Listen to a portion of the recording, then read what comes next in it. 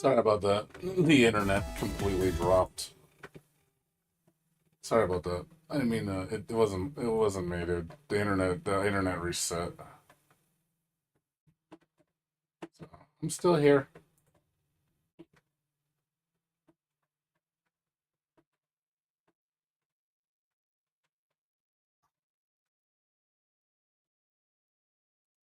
Sorry about that. It just dropped. The whole internet connection just died.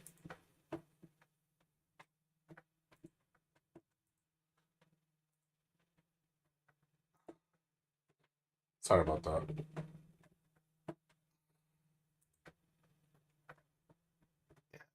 Fortunately, just dropped completely. My bad. Yeah, it's back. It's back. Sorry about that. I don't know if you guys can hear me. The whole internet just reset just now. It's working though. Yeah, I'm back.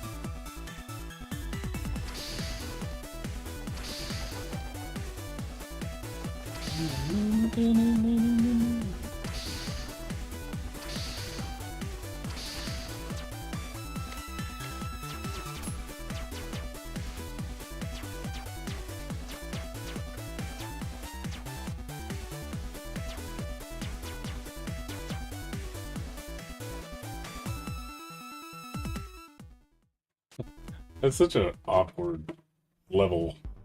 Just that little segment is over there. It was that secret space I found up in the top left of that fire area. So there was something up there. Because I noticed there was a room connected there. I was like, why is it connected? But I didn't see anything, and I was like, so I just tried hitting that upper spot, and there was a room there. It's just two. It's just two areas. It's nothing major. It just gave me an item. What the hell did it give me? Spike barrier. I think that's all it gave me. Just so I take less damage from spikes.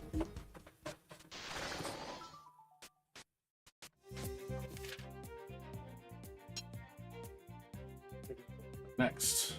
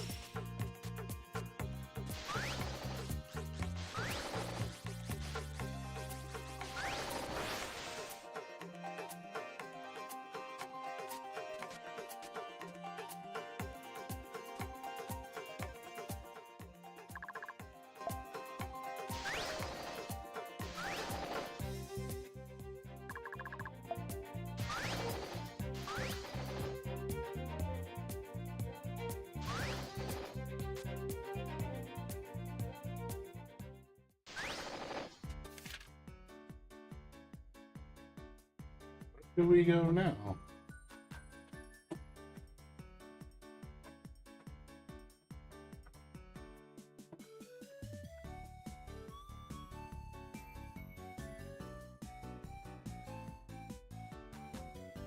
I don't know where to go now.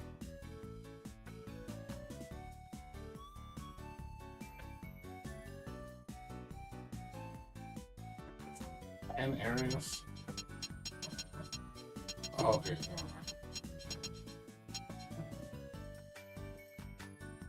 So the West Coast.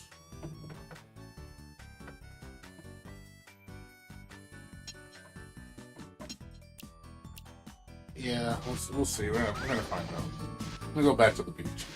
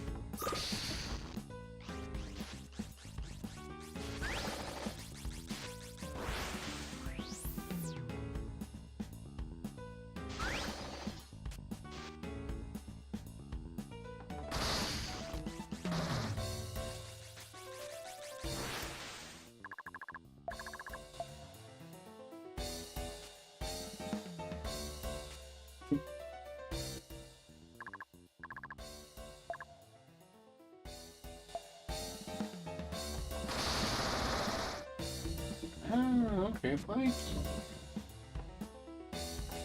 Okay, that's kind of cool.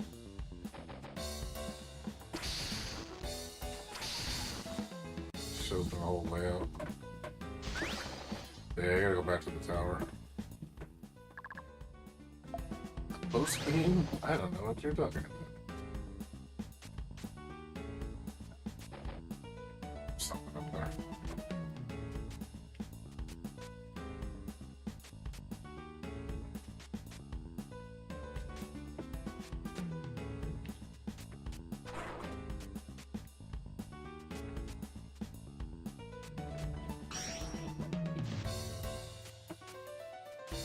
There's something up there.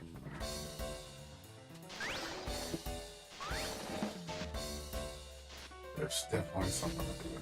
Probably meat.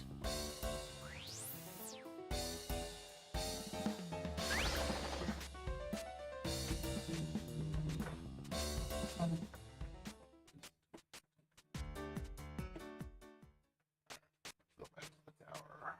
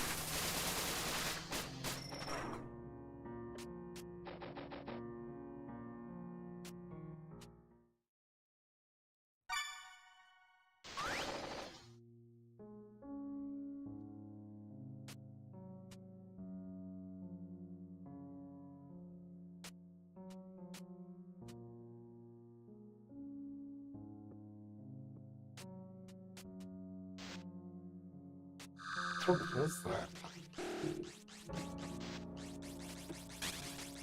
That was just strange.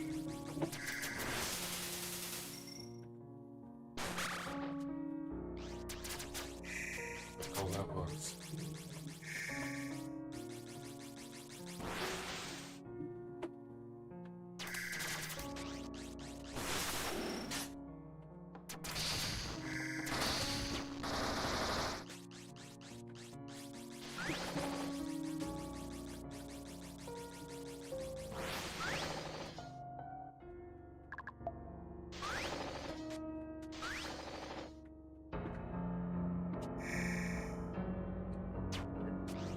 Weird room.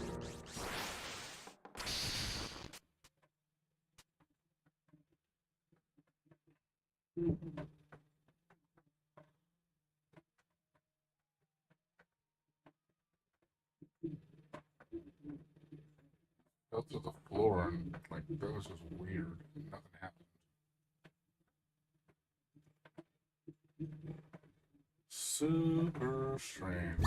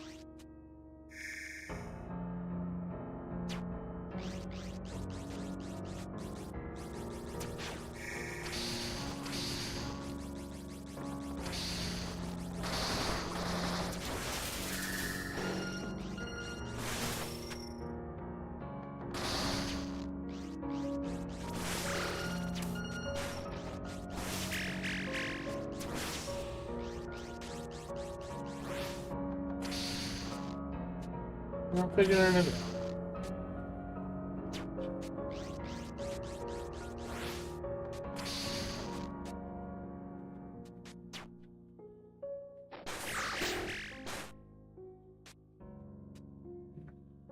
There we go. There we go.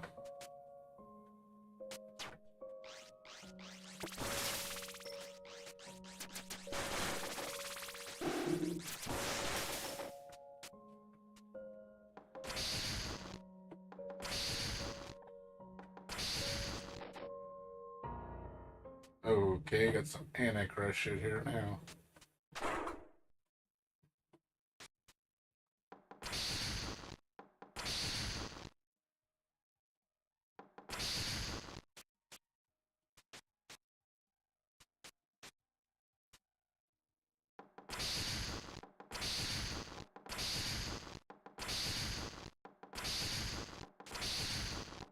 Doesn't look good. What did I trigger?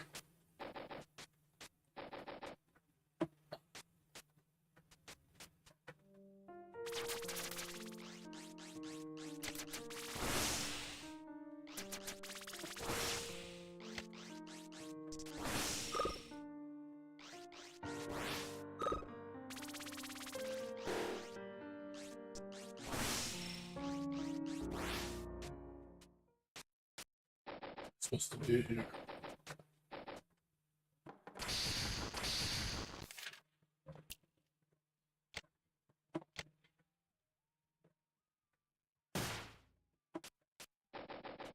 Bomb.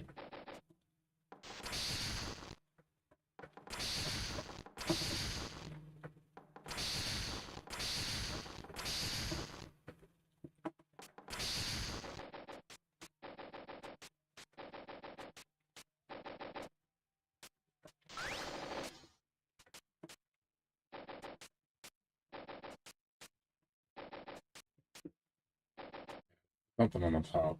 It's pushing me down. Unless sure that was it, and that was the switch or something.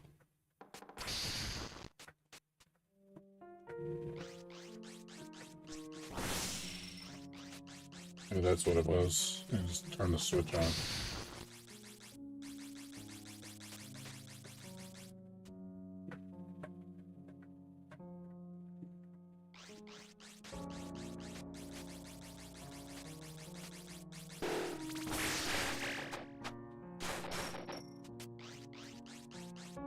Yeah, I can think of it.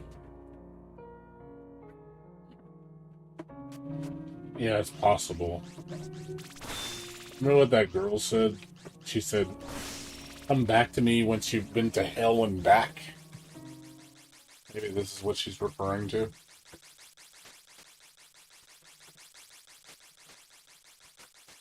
Could be this. But she did say that. This is one of the NPCs.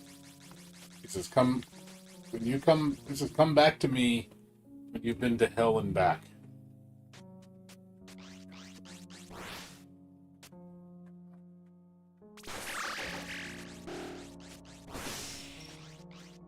But we're gonna find out.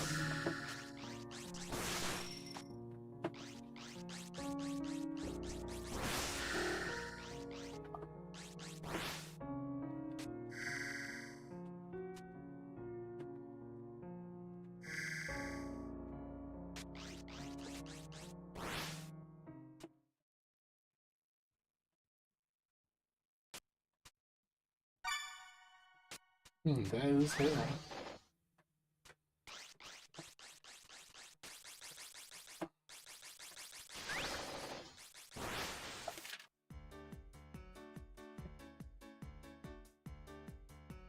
The only thing I didn't get was the coffee.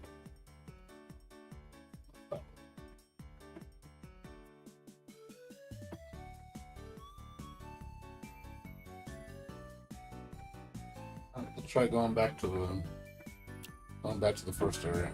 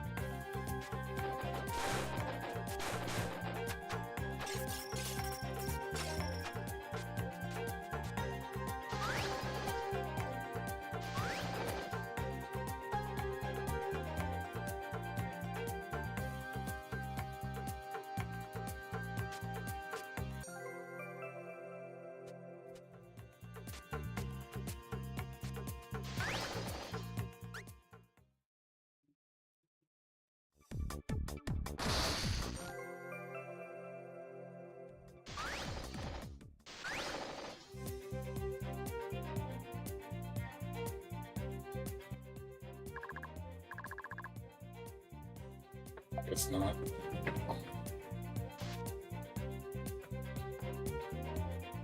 There's something below. Yeah, the carrot's gone through, so yeah, there's something. I need to do something else. There's something else I gotta do.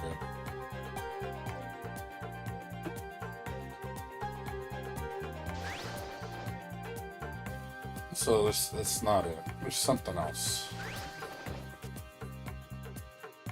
What is it? What is it? Oh, I know. That's what I mean. The bomb went through the floor. That's how I know there's something there. So there is a platform below her. But I don't know what she needs me to do.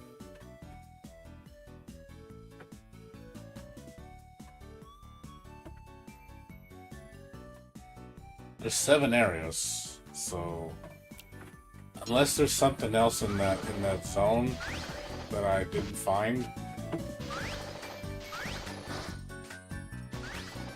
So I might have to go back again. The only thing I saw that I didn't finish was one block. It looked like there was one block that wasn't open. What's that one block? I was pretty thorough.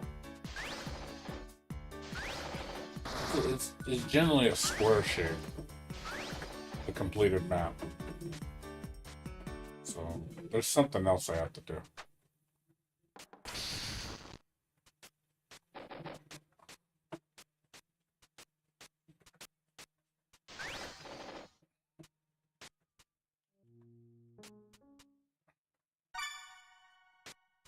Unless there's another platform somewhere.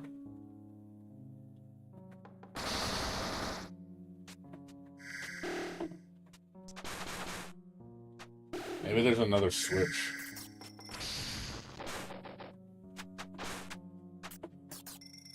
Maybe there's another switch like that. Maybe there's 2 of them. Because this is where one of them is. Where does this take me? So this takes me on the top left. Unless there's something else somewhere else. Could be, like I said, yeah, it could be another switch somewhere.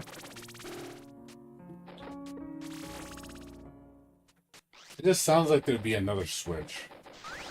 See, it was funny, I found a wall like this that was very similar in that fashion where I jumped through it. Same thing. It was a wall, a fake wall. I did the same thing earlier. But it didn't lead me anywhere.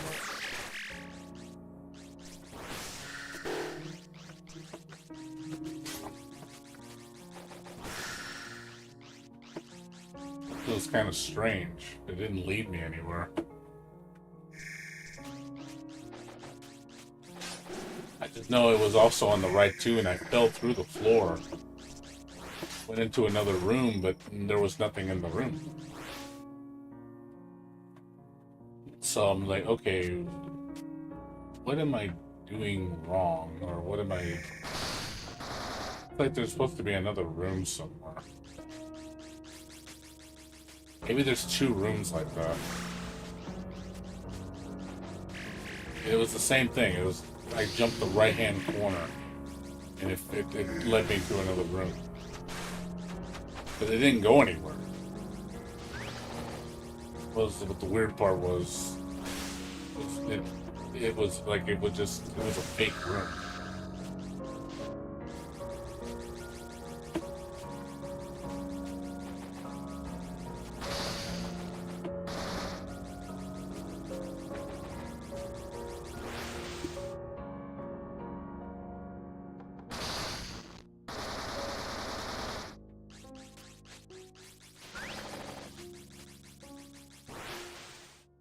Yeah, it's definitely a puzzle. You gotta figure out where to go. Yeah, I remember falling through here. And it brought me back to another room. Don't remember where it was, but it was one of these walls.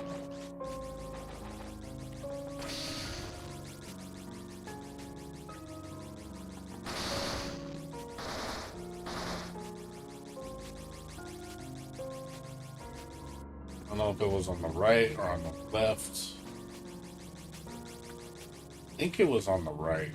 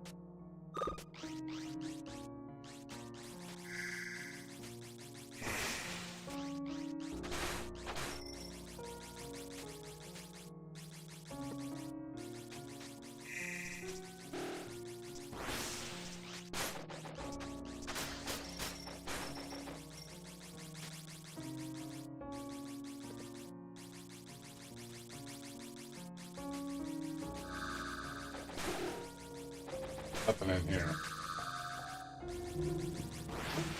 Nothing in that room.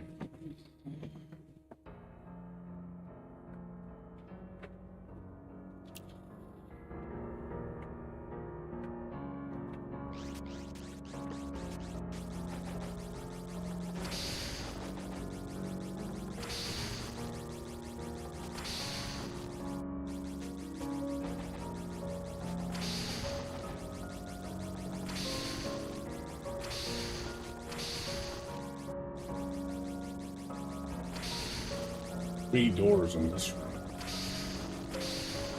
It's kind of weird. No, I killed both of them. There was nothing in there. Killed both, and it didn't do anything.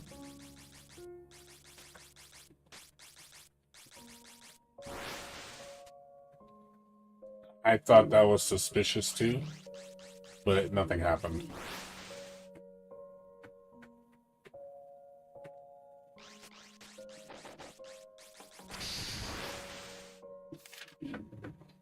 That's the right hand side.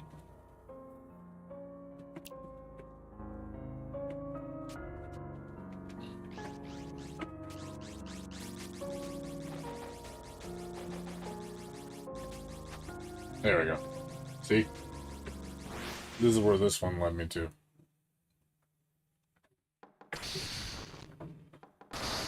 There we go. There it is.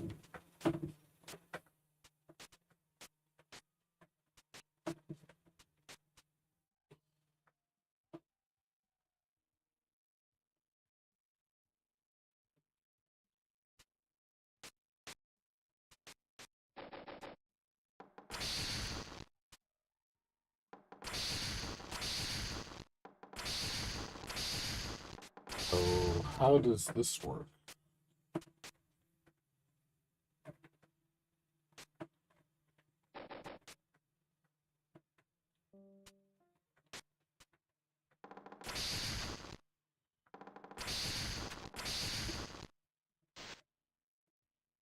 So we got two crosses here. But this one's on, but how do you move it? Because the other one disappeared when I went next to it. So what am I supposed to do?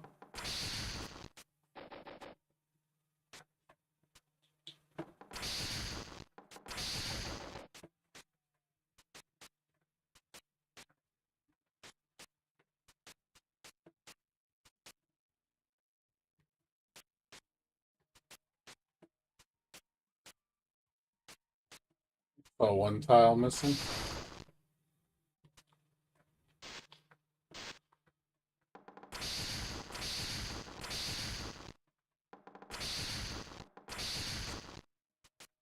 Oh, I know. Well, yeah, that's what I mean. Like the first one I made disappears. So you're saying, oh, okay. So this is the door, is what you're saying. This is the door. So this is the door I need to go to once I get both switches. That's what you're saying, right?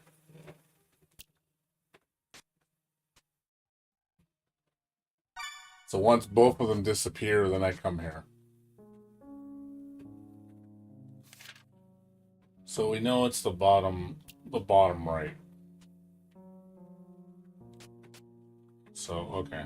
So we know.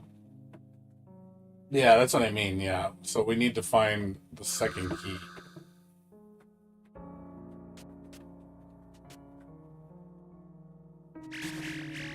So we probably need to find another wall or something.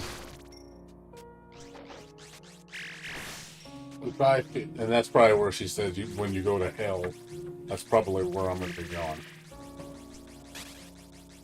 So what we need to do is we need to find where this other door is. I know where to go now. Yeah, I saw it too. You're talking about the one on the top left, right? The top, the one straight above me.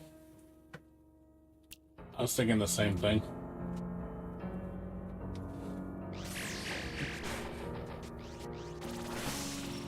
I mean, it doesn't necessarily mean it's gonna. They're all gonna be found the same way. It could be a different way.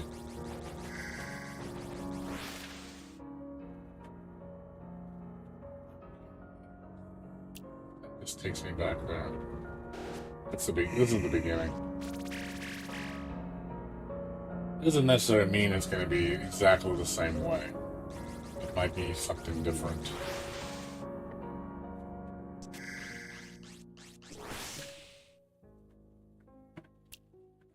It's possible though.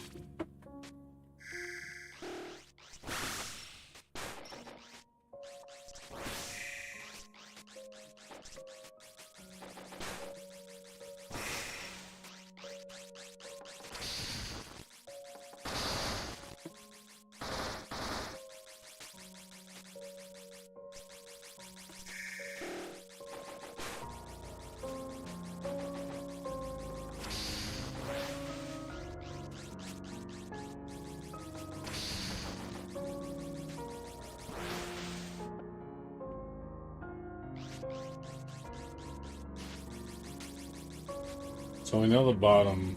The bottom is. Yeah, because I don't know. It seems like I don't know if they would be right next to each other. This seems. You figure they would be across from each other or something. You know, it's possible they're close to each other.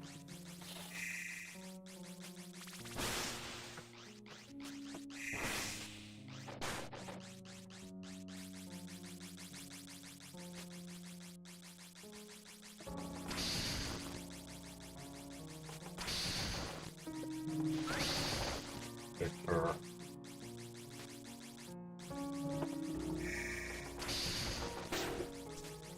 there.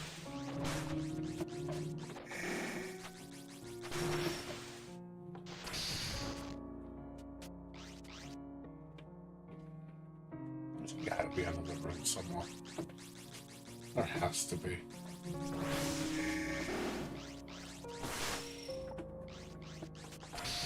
Trying to look at tiles that look like they're next to something that potentially could be another.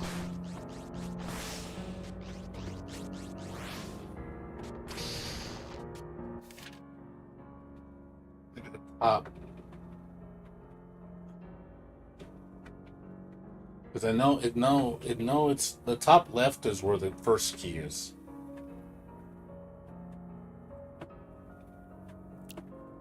That's where the first key is.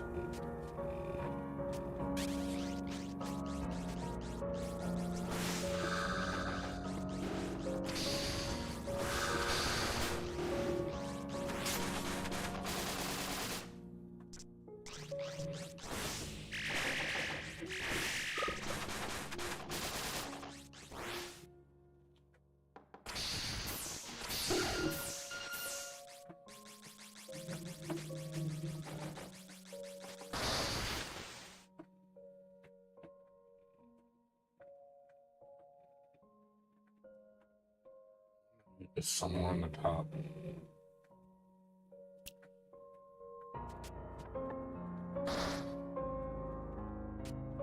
It might be a doorway. It's possible.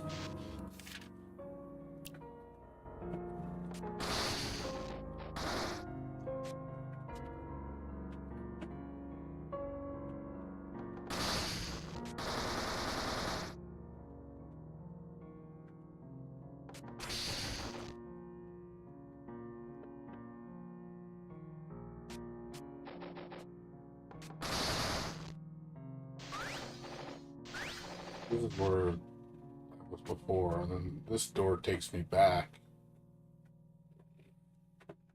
here, which is up here.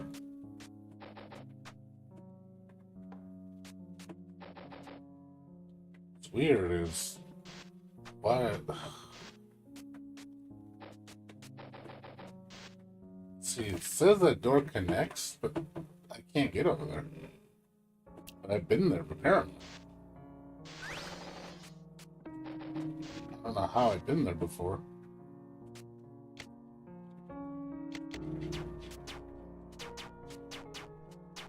No.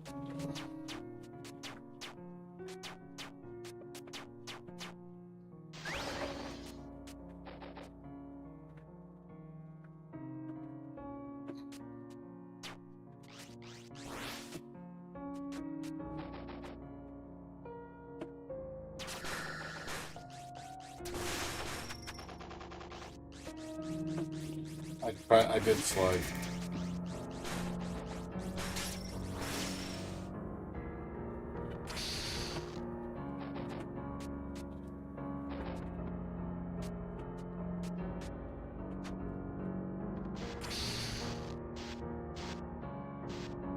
See? But it says there's a walkway through there. That's what's weird. It says I've been there before. But I don't remember ever going in there.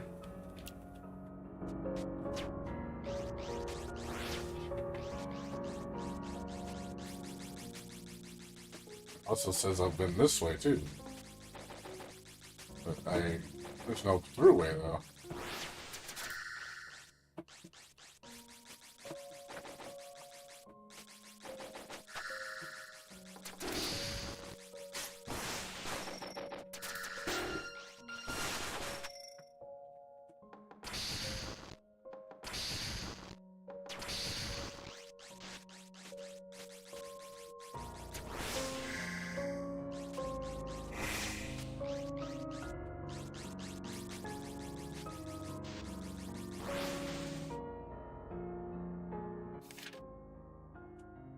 Takes me, so that the left one, I think the middle one takes me down.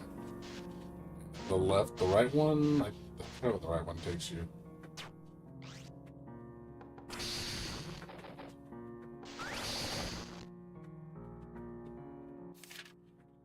The right one takes you to the top. Okay, that's how you go through. And this changes. Okay, that's how it opens. You have to go through that door to open up. Lets you go down.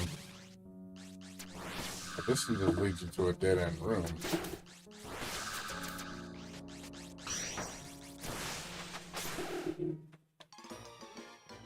So I know where. And the thing is, I don't know what I'm supposed to do there.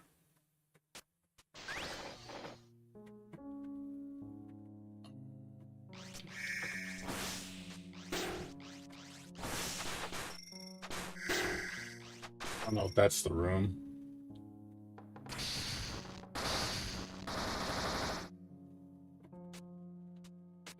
I know where I need to, to go to get there now.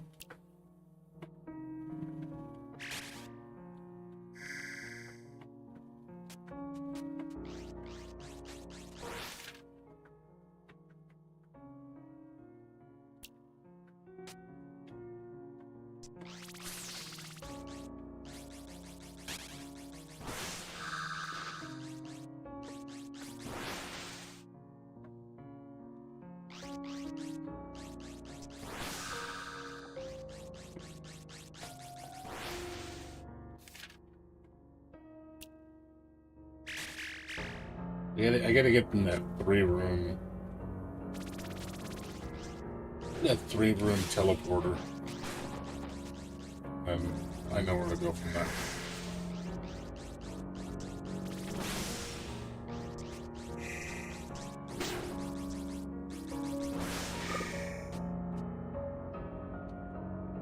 Oh yeah, I know. I was realizing that, with the darkness.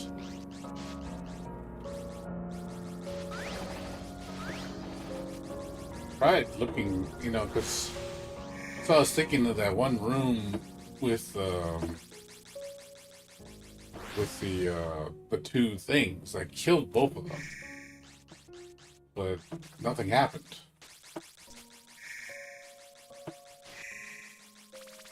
So I was like, okay, maybe there's nothing with those things.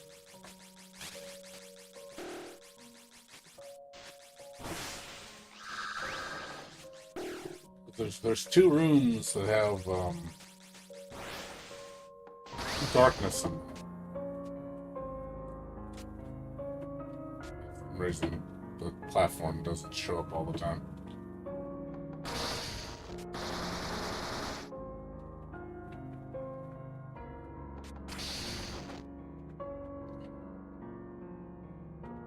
Okay, so the right room takes you to over there. This one takes you to the top. And you bomb it to clear the way. So open up the left side.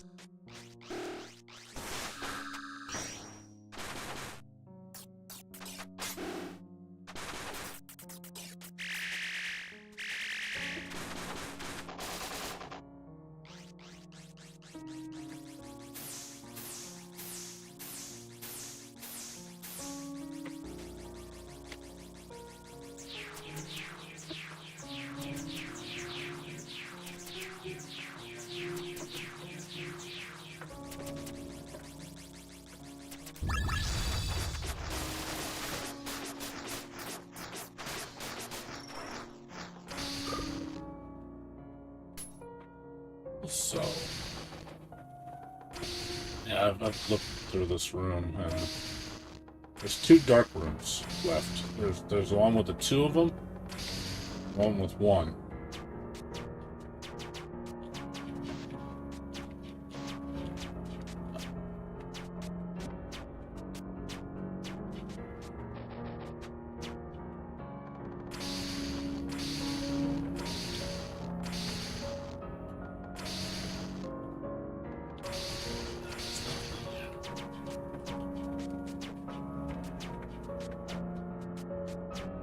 It's funny, there's something right above me. I'm wondering if it's related to it, but nothing's opening up.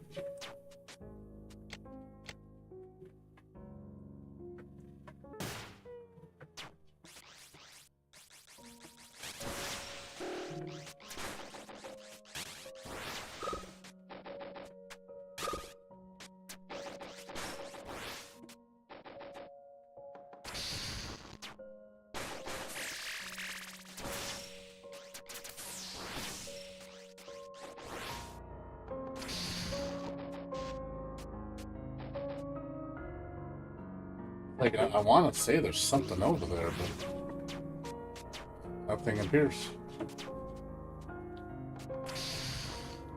I could be looking at the wrong thing. Might be, maybe it comes from a different area.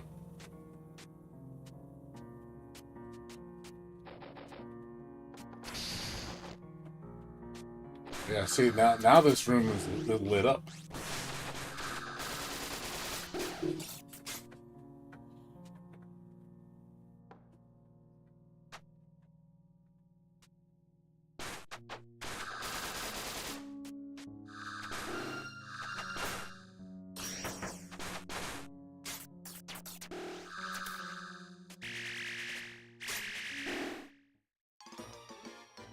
Now that room is lit up.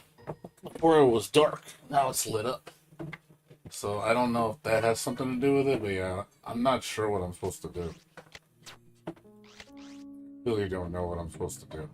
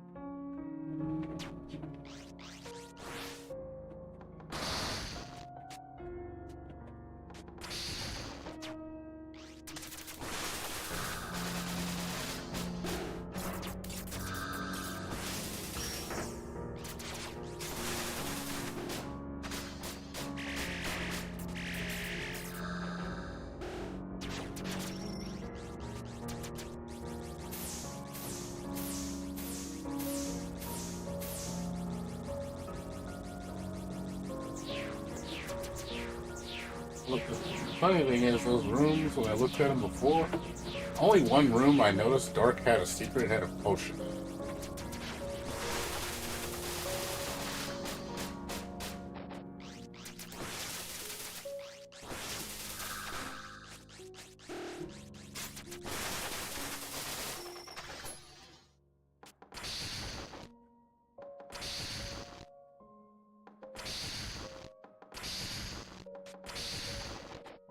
There's nothing in there.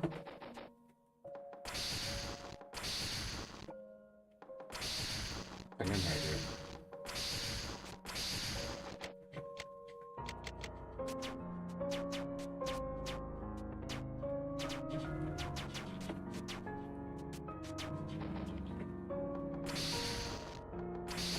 Nothing in there.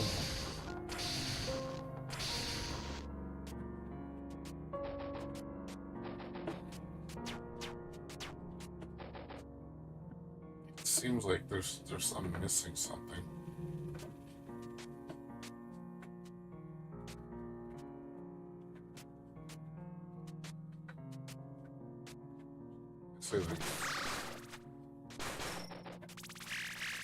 So there's only one room now that is dark.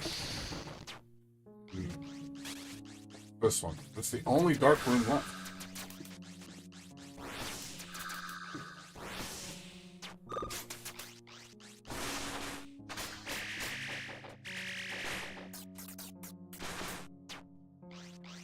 Only dark room left.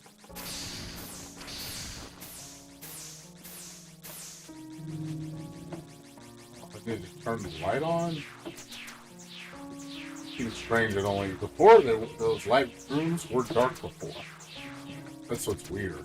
It's like, what makes them turn on?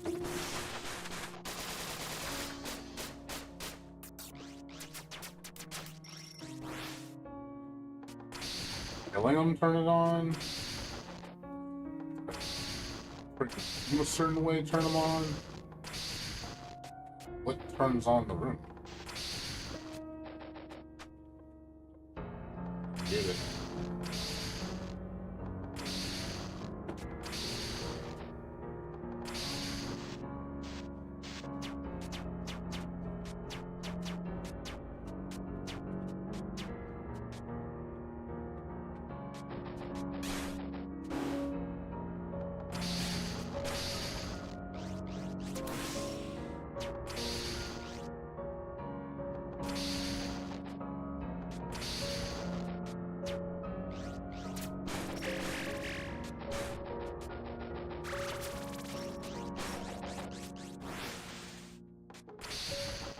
I knew what the answer was. This is really confusing. I think when I first played this thing, I was like getting so frustrated because I didn't know where to go.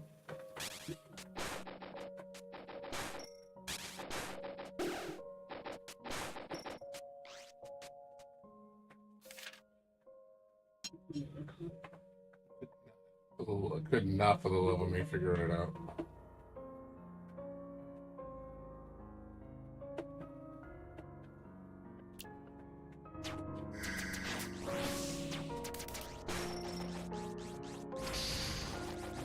What's up, Milo Man? How you doing? What's going on? I think anybody has a walkthrough for this shit. It's not. It's a mod. But yeah, it's definitely frustrating. He even said that, like, a lot of people, he made it easier because a lot of people couldn't figure it out. And I was like, I can see why. You make it too cryptic. You know, not everybody, you know, on that level.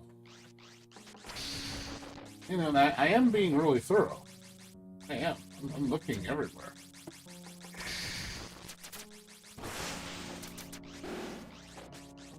Trying to see logical placements that look like, okay, this could potentially have a secret.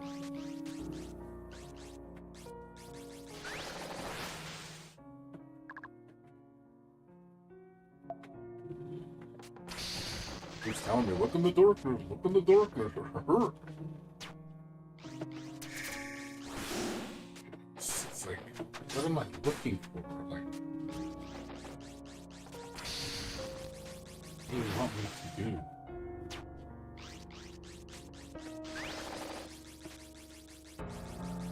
So that's it. It's like, okay, I found the room that's dark. What do I do in it? I tried shooting all the walls. I tried, you know, lighting. I tried bombing. I tried spinning. I was like, what am I supposed to do?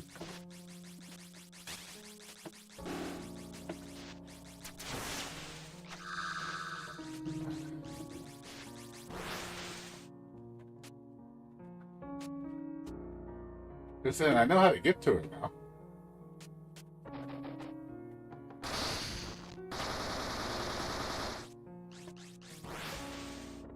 How you doing, Miller Man? I know how to get to it. I don't know what I'm supposed to do in this room. Exactly how to get to it now.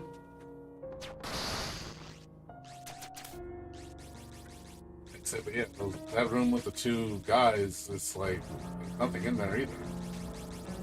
Thought that looked like a very important, super important. Only difference is, like I said, this light is not turned on. I don't know why.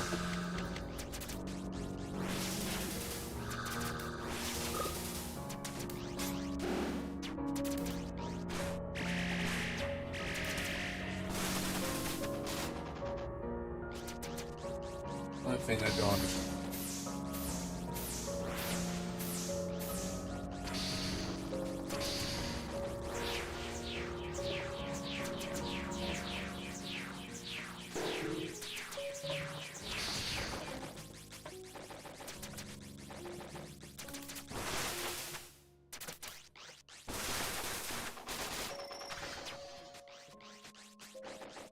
Called The Legend of Bunny.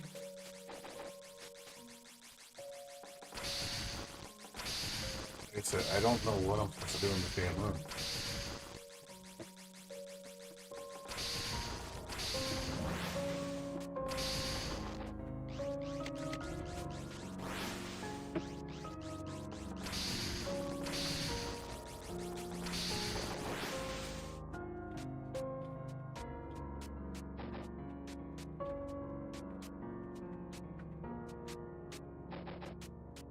You maybe look on YouTube, maybe see someone figured it out.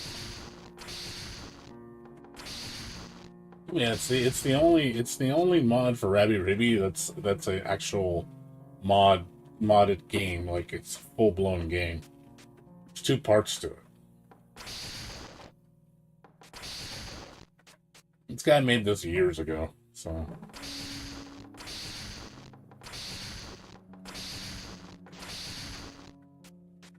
yeah.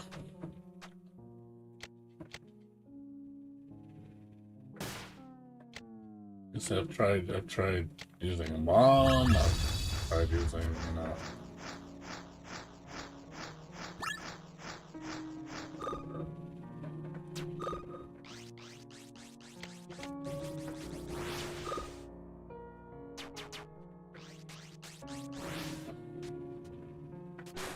makes me wonder if there's another switch somewhere that turns the light on. Maybe a bandit will reveal something. Did you find out?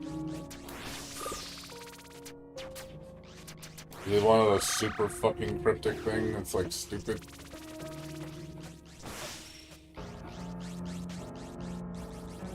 Did you find something out? It's one of those things like you never figure this out kind of deal. It's another entrance? Where's it at?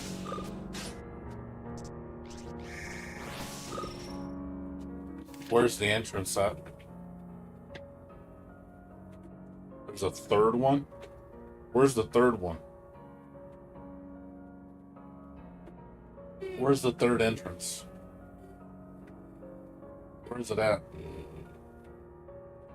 Top, what is it? Top, I mean, in the gray area on the top right? Is it the top right? Is it the top? You see it at C? You're telling me it's in the C? You mean at the bottom? It's in the C area? I need to go to the C area? Done with the blue area? I gotta go there? How the fuck? Is that really where the other entrance is?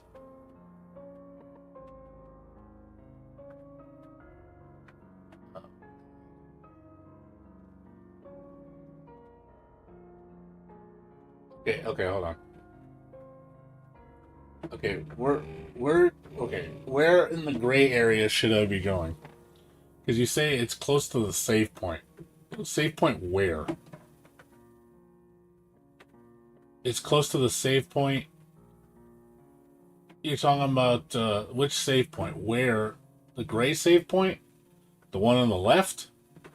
The left up one? Is that what you're talking about? The one on the top left? I wish you could point to me. But that's where I was. I was already there before, dude. I know that's one of the entrances. Where's the other one?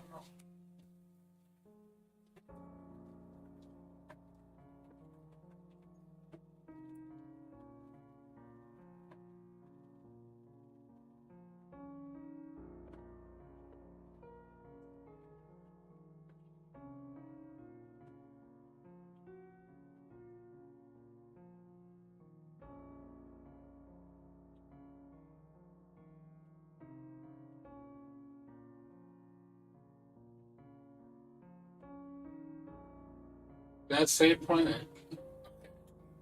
So you're saying go to the top left save point in the gray area. The one on the top left, then go right. Then head top right. Top right where exactly? Okay, well, I'm gonna listen to you. I know what you're talking about. So okay, go here. It's gonna take me over here. The left one. Okay, let me show you where I'm at. Just look me. Hold on. I picked the wrong one. Hold on. I gotta use the middle one, I think. The left one keeps looping me. So the middle one takes me to the door that I don't need yet.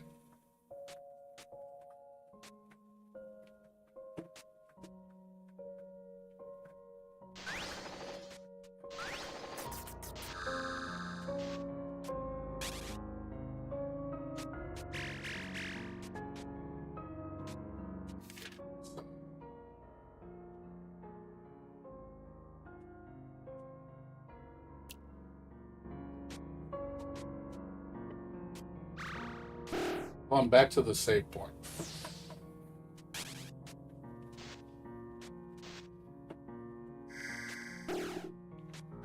Okay, we're almost at the save point. Now we're at the save point. Okay, where do you want me to go? From here. Right there. I'm at the save point. Where do you want me to go? Where do you want me to go from here?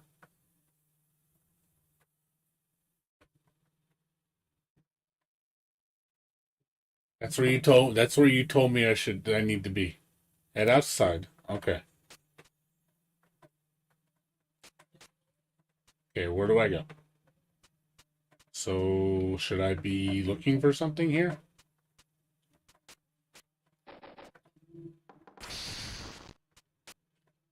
Go to the water. Okay, so you want me to go to the water area. Over here. Here, this one, right? Here?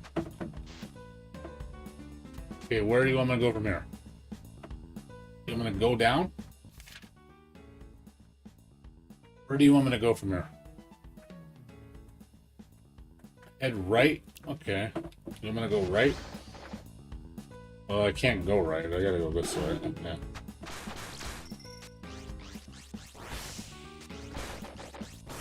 There is a way right? This? Sure? I don't see one. It's a dead end. I can't go there. There's nothing there. I can't go there.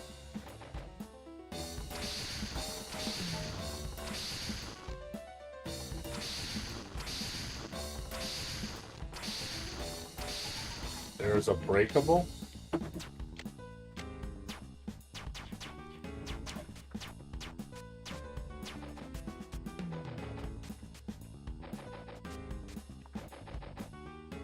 What am I breaking?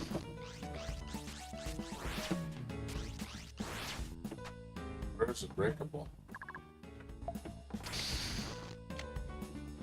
What do I break it with?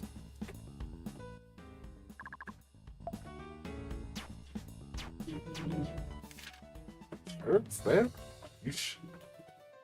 No, you told me that, bro. Where exactly is it? You said go to the right. Okay, are you saying the right? You told me to go right. You said that.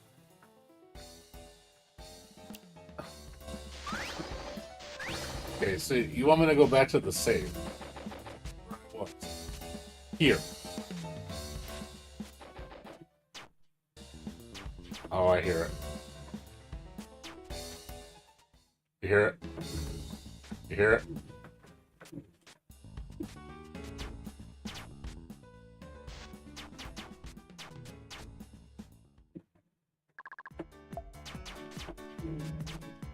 I can hear something. How do you break it, though?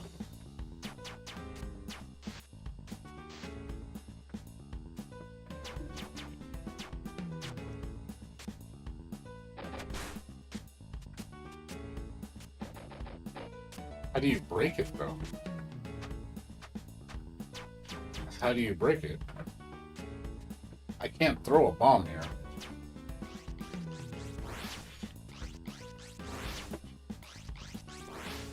Like, how are you supposed to open this?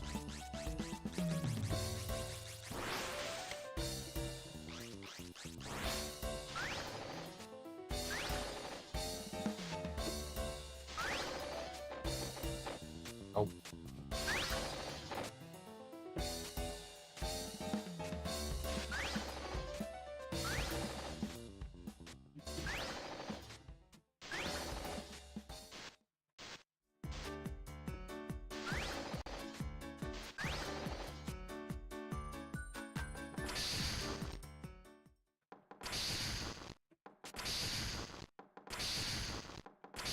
Okay, if it's from the... Okay, I'm guessing that's from the...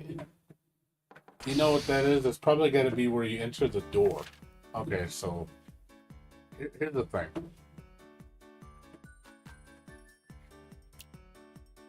No, okay, in the cheat area, I don't know if you saw this, but she shows you a map.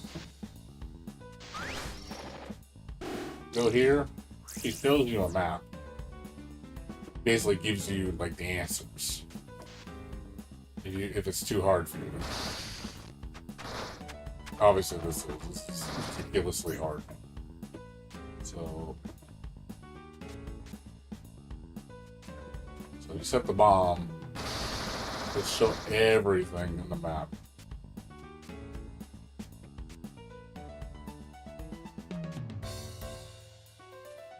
So I don't know what this means.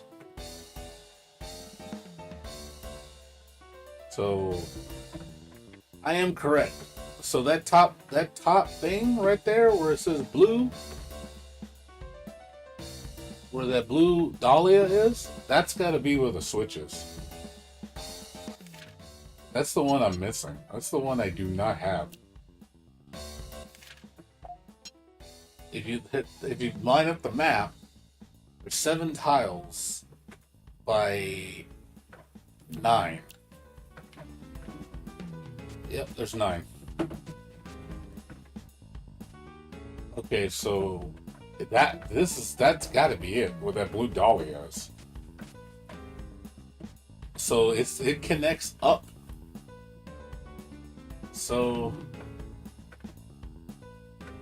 I know how to get to the red one. The red one we turned off. The blue one is the one. But how do I get up there? That's the thing. It doesn't tell me. I don't get what all these different color thingies are. Like, what are those supposed to mean?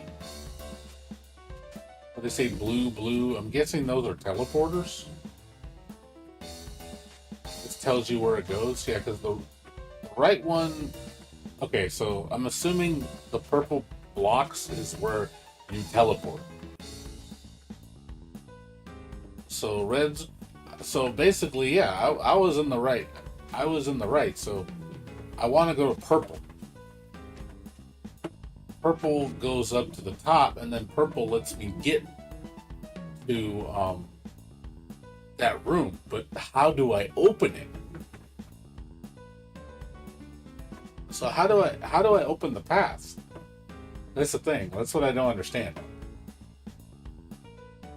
No, but how do I open that path to the blue dahlia? That's what I don't understand. The one in the third row, the third column, right here, the blue dahlia. Where are you supposed to? How do you get there? How do you get to that one? Because I know how to get to the red one. The red one, you take the teleporter right there. You go. It's right below the save point. And that gets you to that room to get up to the dahlia. But that one, I don't know how to get to it. That's the one with the dark room. That's the dark room thing. Am I supposed to turn the light on somehow? Like, how do I turn the light on?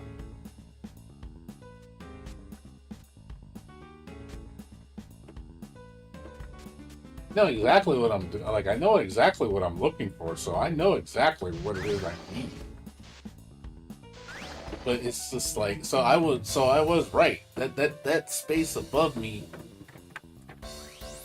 is where I need to be. But the problem is we don't know how to get in there. It tells you it's just connected to it. I'm like, it's not. The only thing I know is that room that connects to it. It is a dark room. I don't know if I have to turn the lights on. How do you turn the lights on? If that's even what you're supposed to do. I mean, I could be totally making this more complicated than it needs to be. You know, but I know what I need to do. For sure. It's not a secret anymore. Like, I know what I need to do.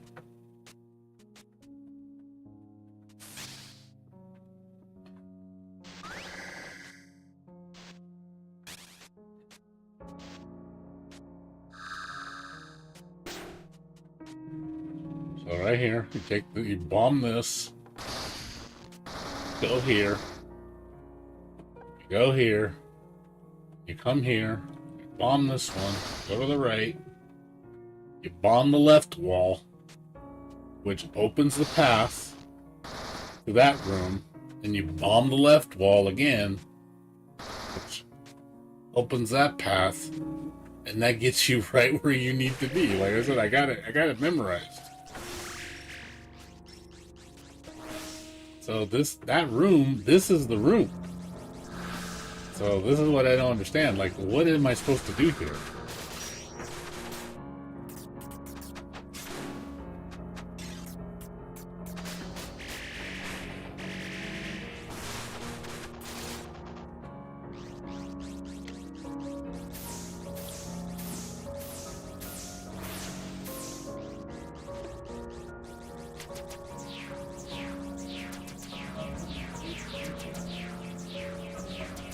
So we know it's this room.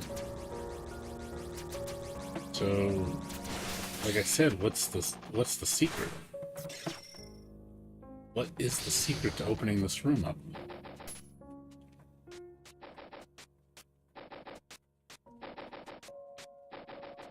So we know it's up there. We know that this pathway opens to the top. But the problem is, we don't know how to do it. Like, I tried shooting the top. I tried opening it from the right side, but it even shows it on the... It's connected upward. There's no other way to get to it. Yeah, there it is. I found it. There we go. There it is. It was a wall jump.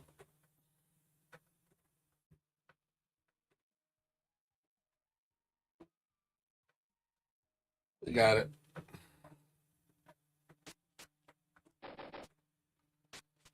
We figured it out. The door is open.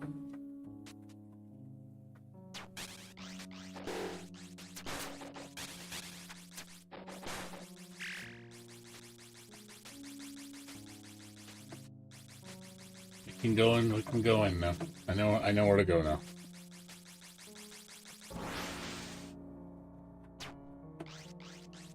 So now we take the middle door.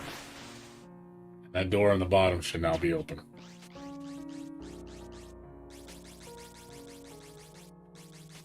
Go up here. Boom. Bomb it. Yep. There we go. It's open. The door is open.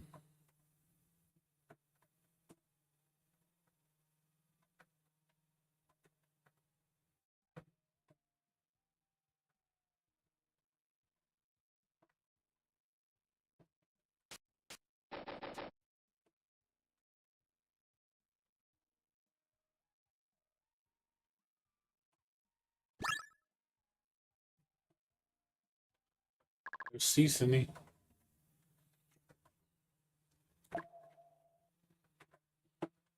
We found her.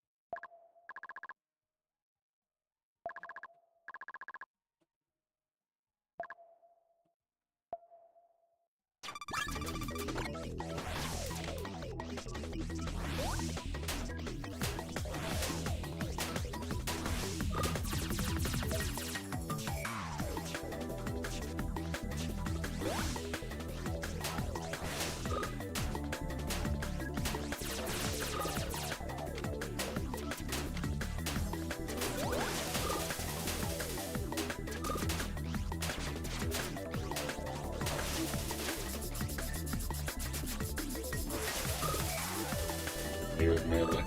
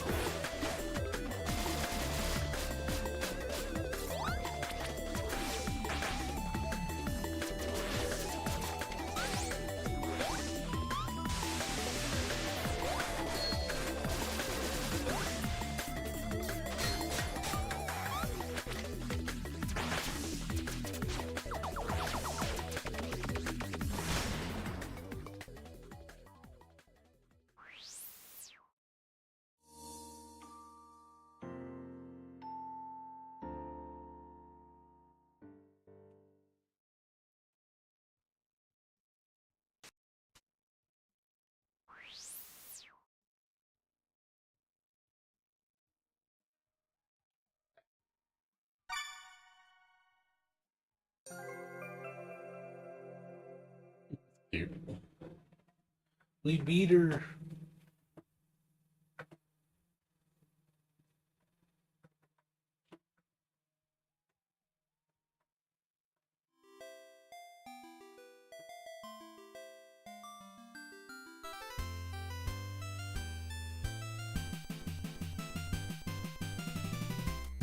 Yeah, we did it. You helped me.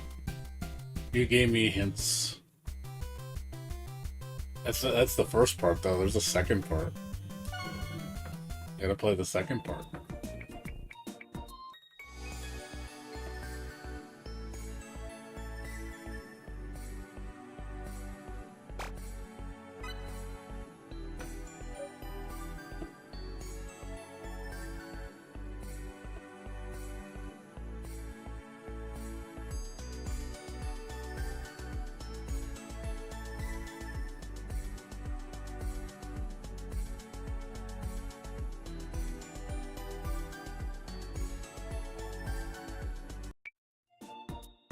Ready?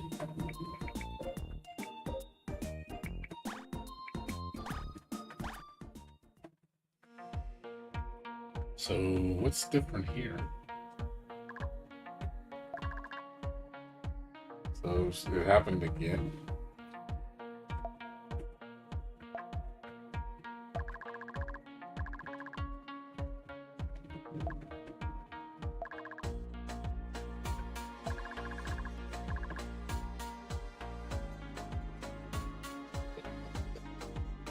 She went back in.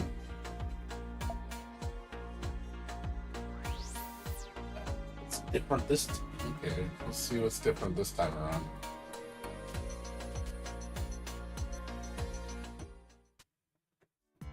Okay, so it's the same area again.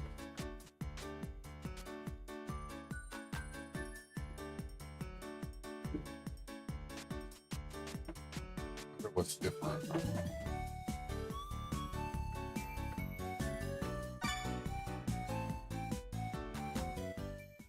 So it's the same areas.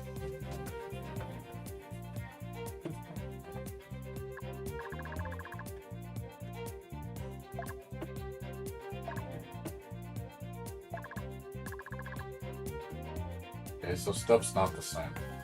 Stuff got moved around. So we don't get ribbon.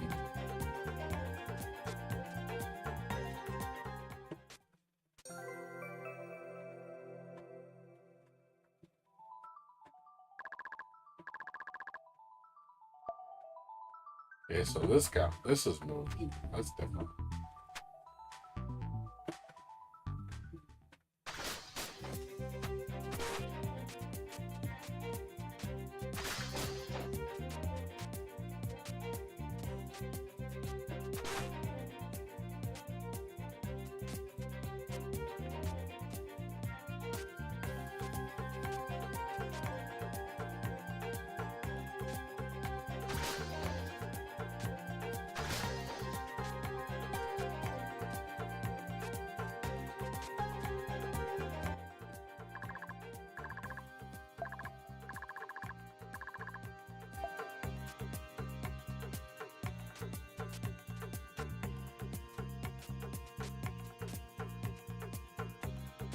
Children sometimes it's kind of shitty. Sometimes it just doesn't come out. Like you have to approach it at a certain angle, and you have to probably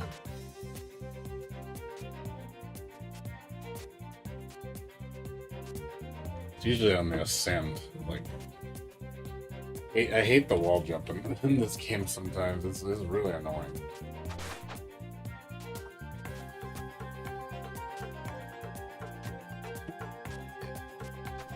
Yeah, it's extremely difficult. I will say Tevi's a lot easier. It made it a lot more lenient because it is strict. Yeah, you have to do it right at the jump. There we go. Got it. Yeah, you gotta spin yourself around when you do it. It's kind of weird. But yeah, it's much easier on Tevi. I will say Tevi's execution barrier is a lot easier.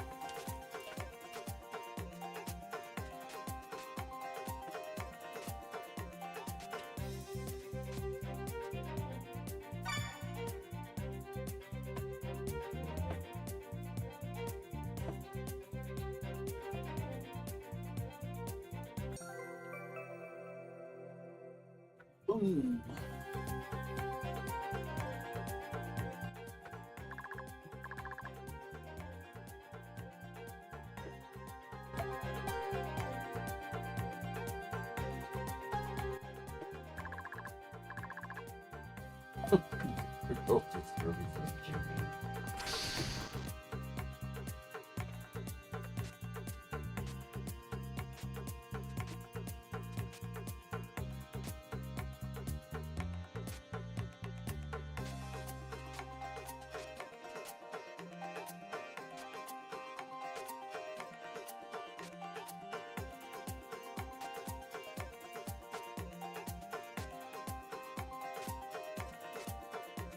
The wall jump to do the rest of it.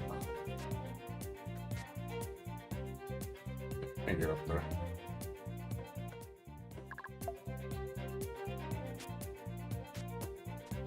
I think I need another. I need multi jump.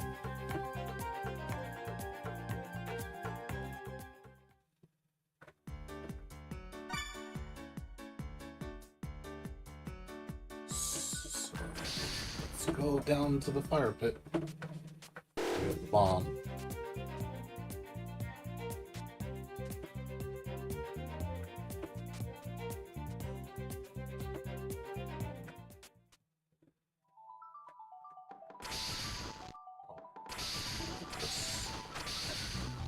I guess not.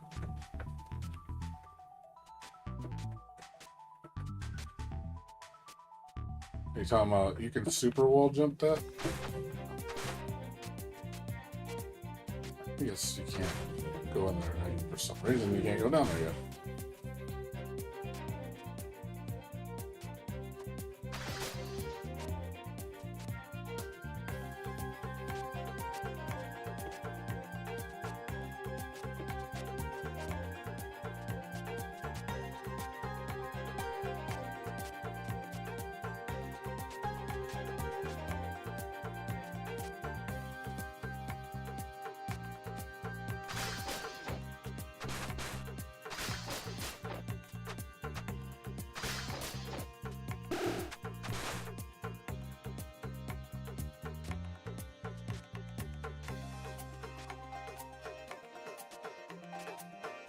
Yes, I'm not exactly the best at it, so maybe it's easier for you, but it's not easy for me.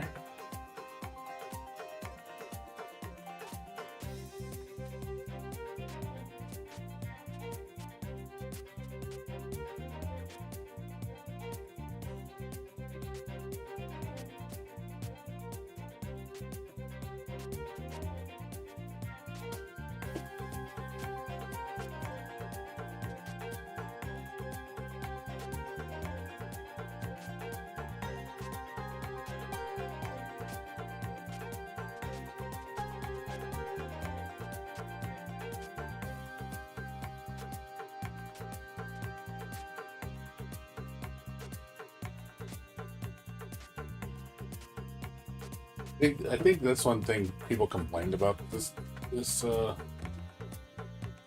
fan thing, because they said the wall jumps are just ridiculous. They expect you to do that. Like I think they said about this one, they said that almost the entire game is nothing but that. I was like, okay, that's really annoying. I ain't gonna lie, it's just not gonna be fun.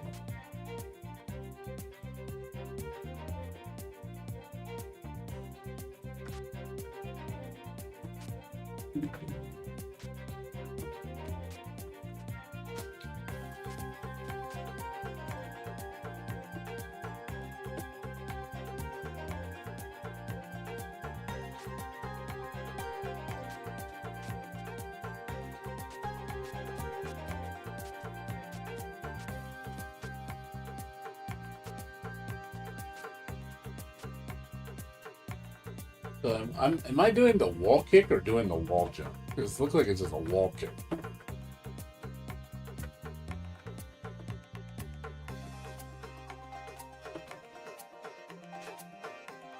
There we go. Oh, Jesus Christ, dude. That is not fun.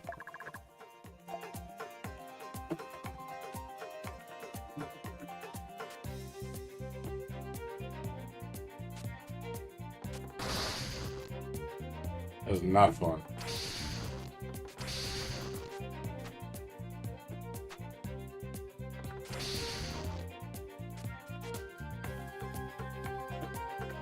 It's so strict, man.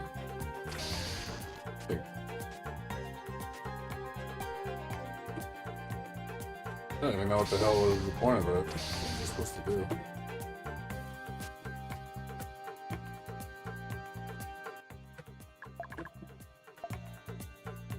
Okay, what was the point of this?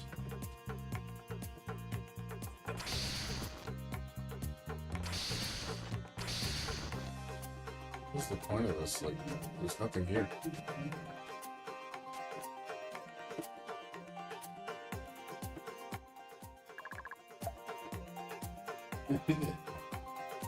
It's like, oh cool, I did it. What was the reason for it?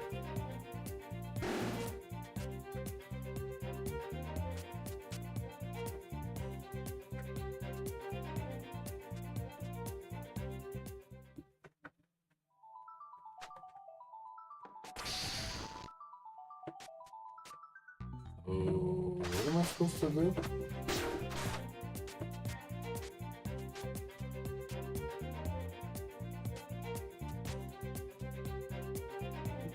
There's nothing else. I can't go down, so I can't blow that up.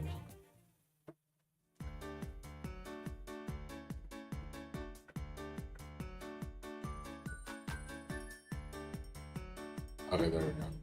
That's...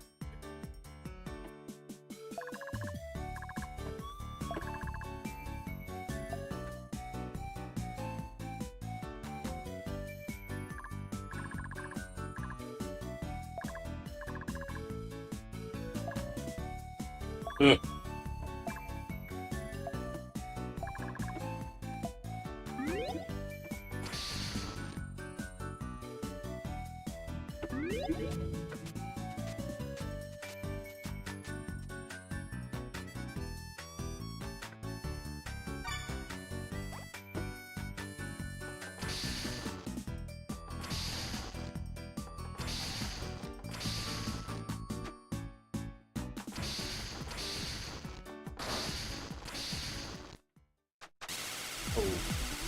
Okay.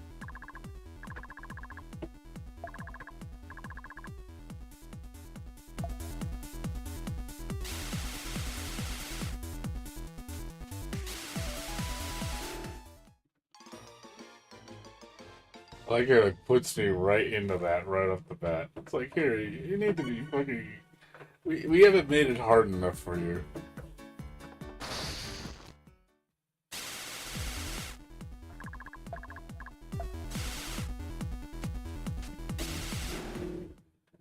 God, man. Yeah. They want you to instant jump to the next spot without getting hit. It's like, dude, it's not easy.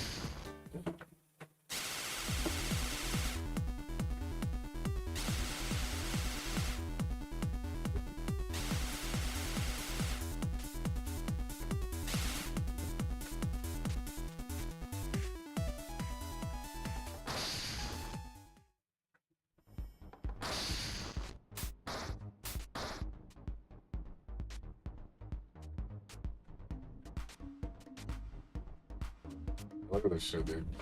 They want you to fucking wall jump everything.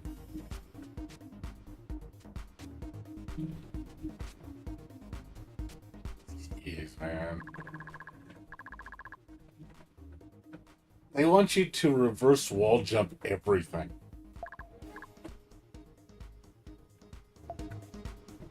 God, this is not fun. Like, seriously, they want you to reverse wall jump everything. This is a little much. I ain't gonna lie. This is a little bit incessant. Like,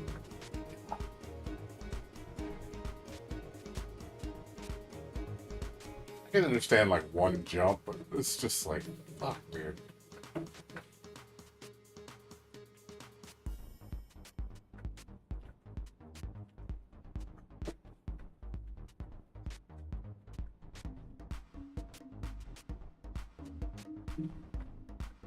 I can't lie, dude. Like I said, this is getting a little frustrating. It's just expecting you so. He's expecting too much of you. It's like, oh yeah, the whole level's nothing but fucking wall jump.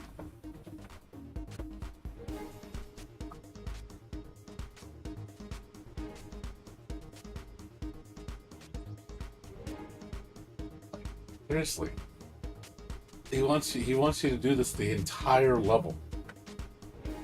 It's just so fucking stupid.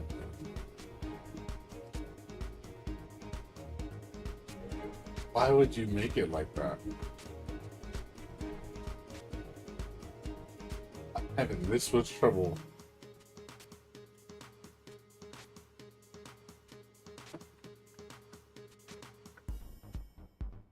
No, I mean, but this is a little much, dude. This is really a little too much. Like you said, when he wants you to, what, he's gonna make me do this on boss fights too? It's like, jeez, man. I can understand segments of it. You know, like, hey, you gotta do, to get up here and stuff. But this is a little much. I ain't gonna lie. I'm not liking this at all. Because I heard people complaining about it too, saying the same thing. Saying it's just like, this is just ridiculous how much he wants you to do this. It's not fun. It's not fun. Like, you're expecting too much of a player. Like, basically, it's like perfect execution or don't play. It's like I can't even get up because I don't have. You have to wall jump, double jump everything.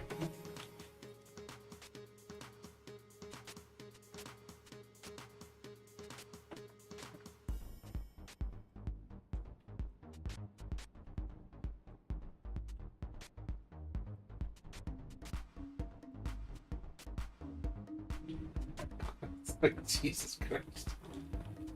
Like, holy crap, man. This is so bad.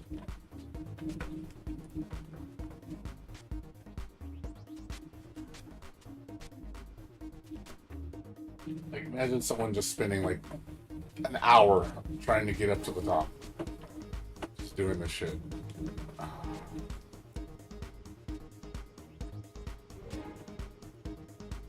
mean, I get how it works, but Jesus, the way you gotta control it though.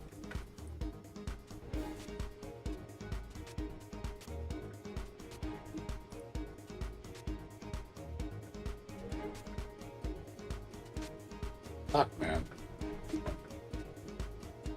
wants you to like double jump this, do that, do that. Like, what the fuck, dude?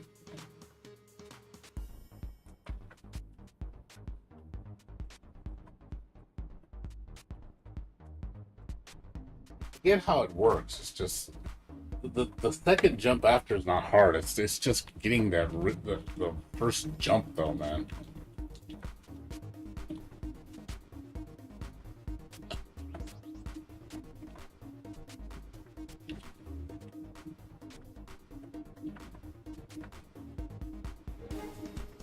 So it's just ridiculous. Like here, this is just like, what do you want me to do here?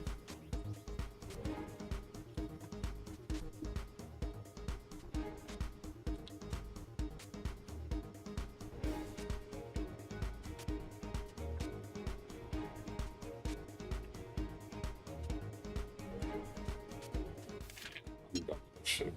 I'm sorry. I'm not doing this. This is just terrible. Yeah, I can see why people don't like it. Yeah, it's too much. I'm done. I'm not gonna sit here and struggle with the entire game being that way. Like, it's just like you're expecting way too much of the player. So a lot of people were complaining a lot. Because I was reading the comments and they're just like, dude, like this is only for like people that are perfectionists at Rabi-Ribi.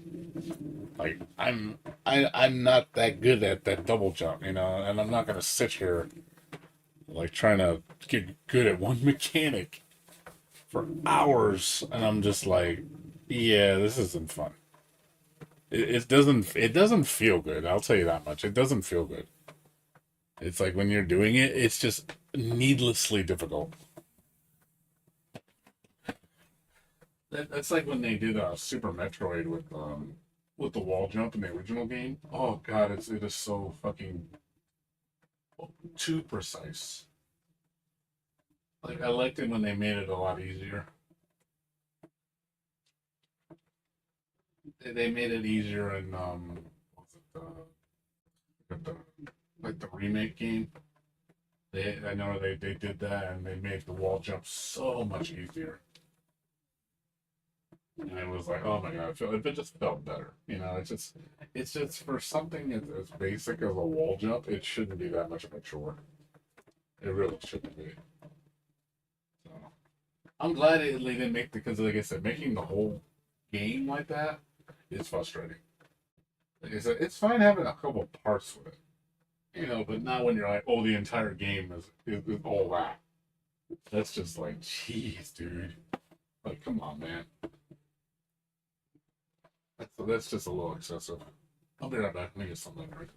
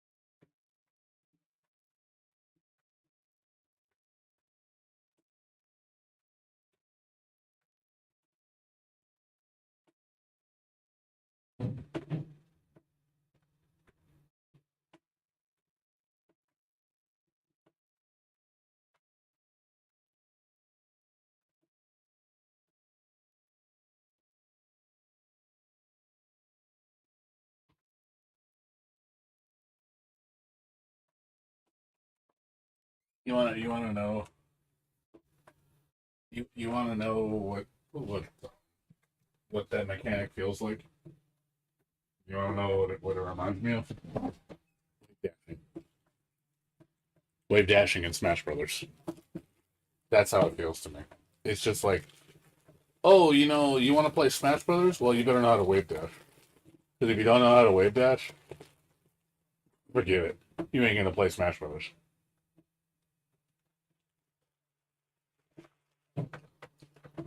I was like, fuck wave dashing, man. My friend used to play it. He knew how to. Man, he would play people. He was really good at wave dashing, and I couldn't touch him. He was just like he was invincible.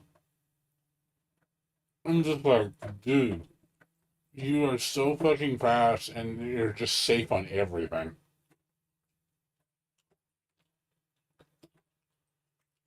I was literally just like, fuck this, man. I was kind of glad they got rid of wave dashing in the later games. Wave dashing is so stupid. But the problem is, if you don't know how to wave dash, you're not gonna beat anybody. Like tournament players, it's an absolute requirement. You have to be pro at it if you want to have a chance of even competing. You have to wave dash like a pro. Execution's pretty high. And I'll be honest, I'm not big on heavy execution. I prefer easier inputs. I like it when it's reasonable. I don't like it too easy. I don't like it like where it's just a button. I like motions, But I don't like it when it's overly precise. Like execution's one frame. That kind of shit. Forget it. I won't play it. I'll refuse to play the game. When you start expecting that much of me as a player, you've already lost me.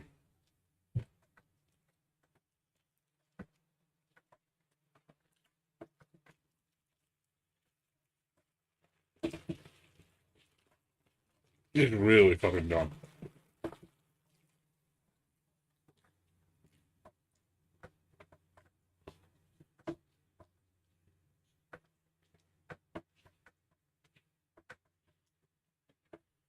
But yeah, dude.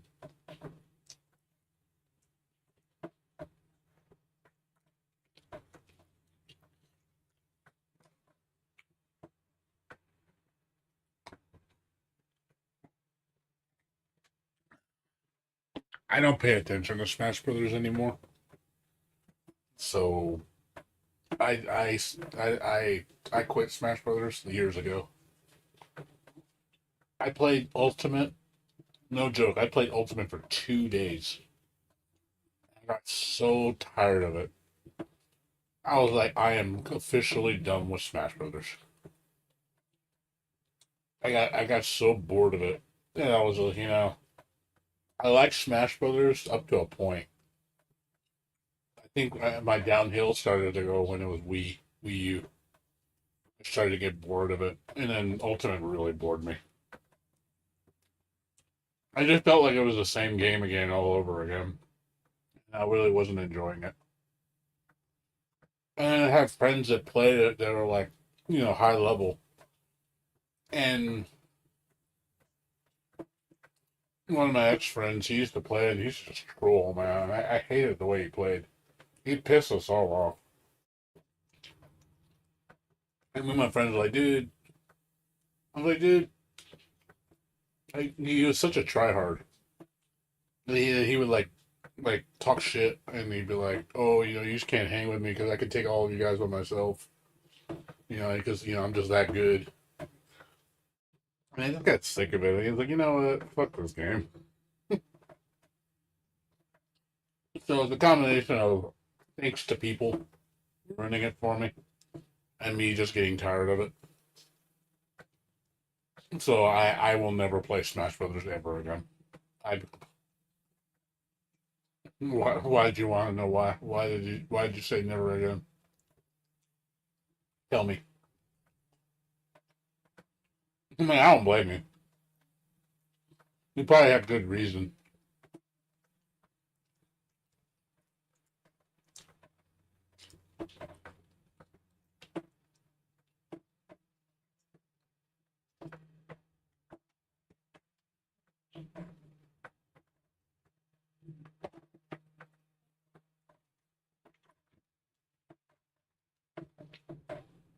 What was the reason though?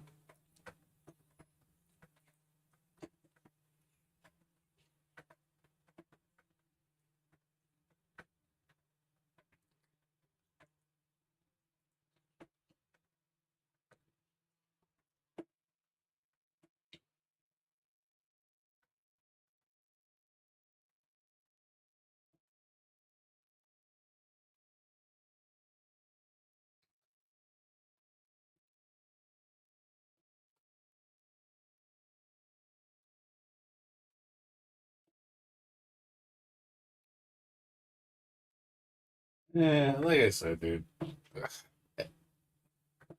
I mean, that sounds stupid, but yeah, it just it just got to that point, dude, where I played Smash Brothers and I got sick of seeing it, and I was just like, I, I knew friends that were play it religiously, and I had friends that played it. They don't play it anymore, but and then also too, like I don't know, it just always pissed people off, like.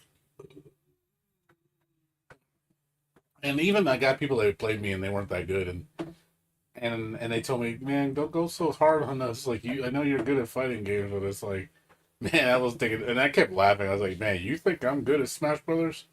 I ain't nothing, dude. I'm fucking garbage compared to other people. Like, but but even then, I understood how they felt. That's why I kind of just gave up and I walked away.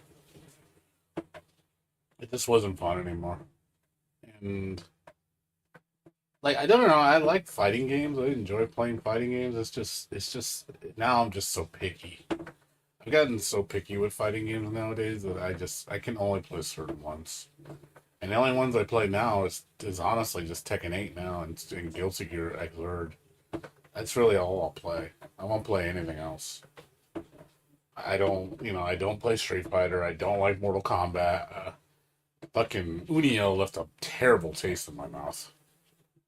Like this game just pissed me the fuck off. Combination of horrible fucking launch and the game being a gatekeeper game. It's like, yeah, if you want to play people, all they're gonna do is beat your ass 24/7. Yeah, play it. Yeah, oh, I'm sure you're just gonna get your ass creamed by everybody that plays this game because they play it religiously and insensibly, and it's just like it's not fun. It's like, dude, I can't find people to grow with. I can't find people to play at my skill level because everybody that's playing is like really high, either high level or above intermediate. Like they're just you can tell they play Unio like a lot. And basically it's just me just getting comboed to fucking death, locked down where I can't move.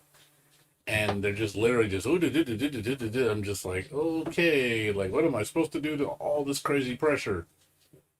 Like, I'm just sitting there just blocking and blocking. I'm in so much block stun.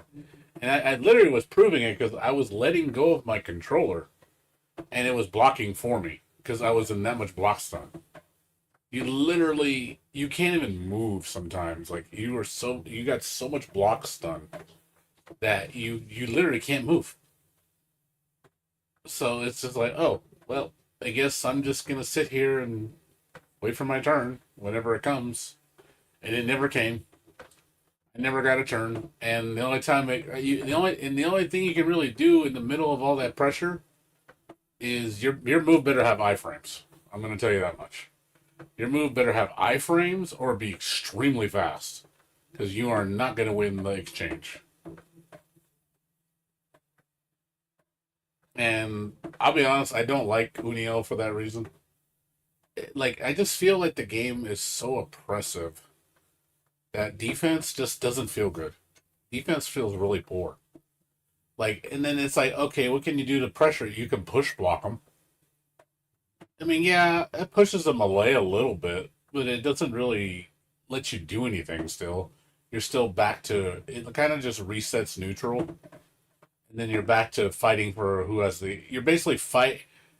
The neutral goes into controlling block string, and then you push block to get them out of the way, and then you're back into that. Once you've gotten your neutral wins that exchange again to get back into block pressure, you're back in there just blocking all day. And even if you make good reads blocking all their mix-ups, you still don't get a turn. Like, dude, I blocked your overhead, I blocked your cross up, I blocked this, and I'm still blocking, and you're still plus. Like, dude, when do I get to take a turn? Like, holy shit! Like, there's no even Guilty Gear when people like block pressure me in that game, you at least get a turn. In the middle of the pressure. Like, there's way more chances of opportunities to get in block pressure than that. Even in Blaze Blue, you have more chances. But this game, man, Jesus, dude, you don't get any chances, dude. It's like there's no. You don't. I feel like it's just you're just basically just being someone's punching bag. And I had some people say the same shit. They would go online and they would just be basically you're just someone's bitch all the time. And I'm just like, oh, that's so much fun. Just I paid $40 just so I could see myself get double perfected left and right. This guy just being completely free with me. And then he wants to keep playing me. I'm like, dude, I can't even hit you. Like, how would you play me? I cannot even hit you. Like, it's not fun. It's like I'm not learning anything. You're definitely not learning anything. The only thing they learn is that they're better than you. and it's like cool. It's a cool story, bro. And then that's how almost every match was like that with me when I was playing. I could barely find people my level, and now it's impossible. Like literally after 2 weeks, the game, all the beginners all left. All of them left because it was the same shit with them too. You can imagine they're like, oh, well, I can't find anybody my skill level, and Tekken's out, so see ya. I don't blame them. Like, why would you play this game when you can play Tekken? Tekken's like a million times better. Not only is it a better fighting game, it's a you can find people at your level. See, the problem with a game like this, you can't find anybody at your level unless you're pro. If you played this since day one, if you played Under Night, the first one since day one, you'll be fine because you're gonna be you have a leg up, and you need that leg up. Yeah, Tekken's awesome, dude. I love Tekken, dude. Tekken's so much fun. Tekken is a lot of fun, dude. The only problem with Tekken right now, and I have been struggling playing it because of the glitches. It has a really bad crashing error. It's called they call it the Polaris bug. So apparently, if I play the Fallen Destiny stage, my game crashes every time. I've tried everything under the sun to fix it. Reinstalled my drivers, updated Windows, changed settings. It doesn't matter what I do, it keeps crashing. It's annoying, dude. And I can't really play because it's like if that stage comes up, I'm fucked. And they haven't fixed it yet. It's like, dude, the game's been out for a month and they still haven't fixed it. They acknowledge it. They gave us some bullshit fixes, but it doesn't fix it.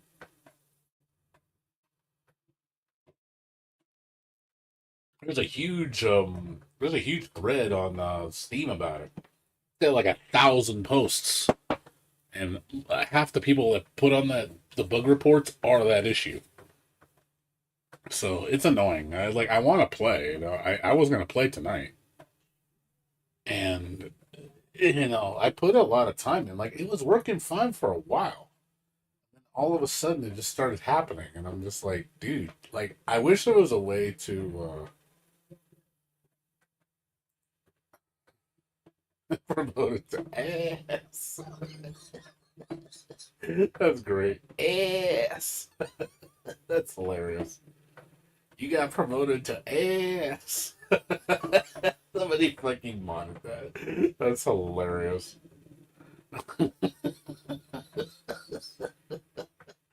That's my friend. He's really really good at Tekken. Like this dude, I think can play in tournaments.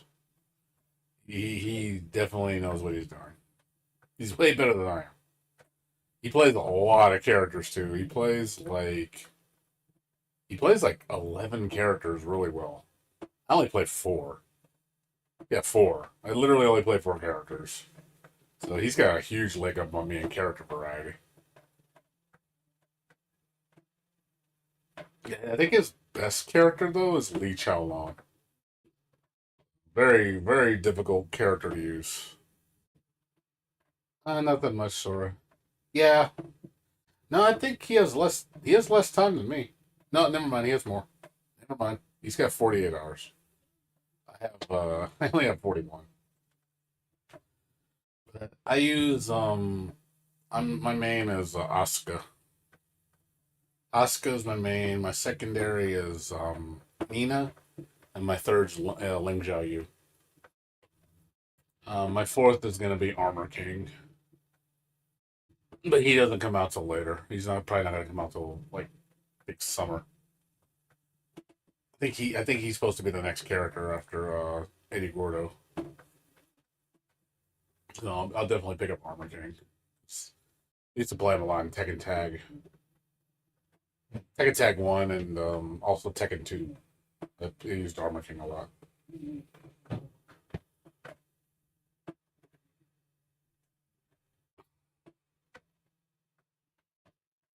Yeah, he's like a grappler brawler hybrid. He's not full grappler. He's got less grapples than King, like way less grapples. He's not anywhere close to the number of grapples King's has. I would say he's got half as many grapples. He doesn't have all the routes like King has, like with his throws. He's only got like I think like literally I think his routes are not even a half, they're like a third of what King has. He's got like special throws and stuff, but it's like it's just not as much. He can't do as much as King can do when it comes to throws. He just has a lot more hit. And Armor King's more of a like I said, more of a brawler. He's like a brawler slash grappler. He's like a hybrid. And I like him for that reason. I do like grapplers. I just don't like grapplers that are like. The problem with a lot of grapplers, and I don't like this is the reason why I don't play like Potemkin anymore, is that they're so slow. They're so fucking slow. I hate the speed on grapplers. They're just really fucking slow. They're hard to get out of their own way, and they just again, it's a chore trying to move in. Like I like fast grapplers, and that's not something you see very often. Is fast grapplers. Yeah, that's why I don't like Zangief, and I don't like um.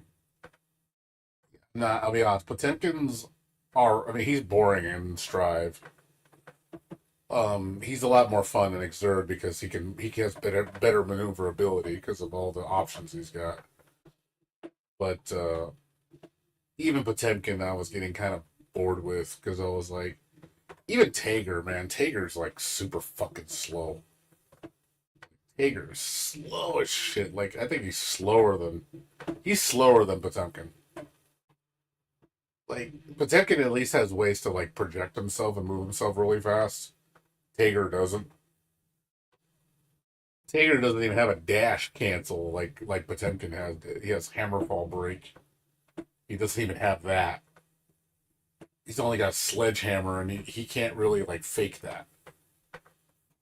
Whereas Potemkin can do hammerfall break, cover a lot of ground, and stop himself from moving. No, in general, Tager's slow. In general, Tager's just a slow character. He's always been slow. I mean, he's gotten quicker. Oh, I know.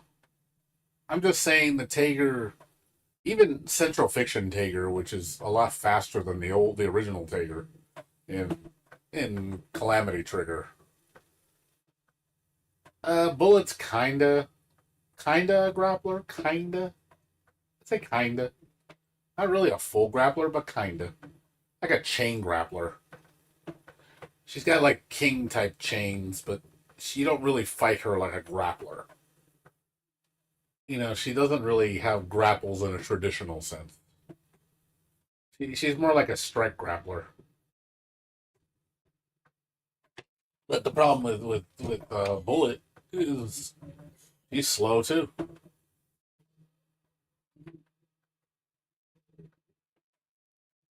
But like I said, I just got tired of Tager. Tager to me just is not.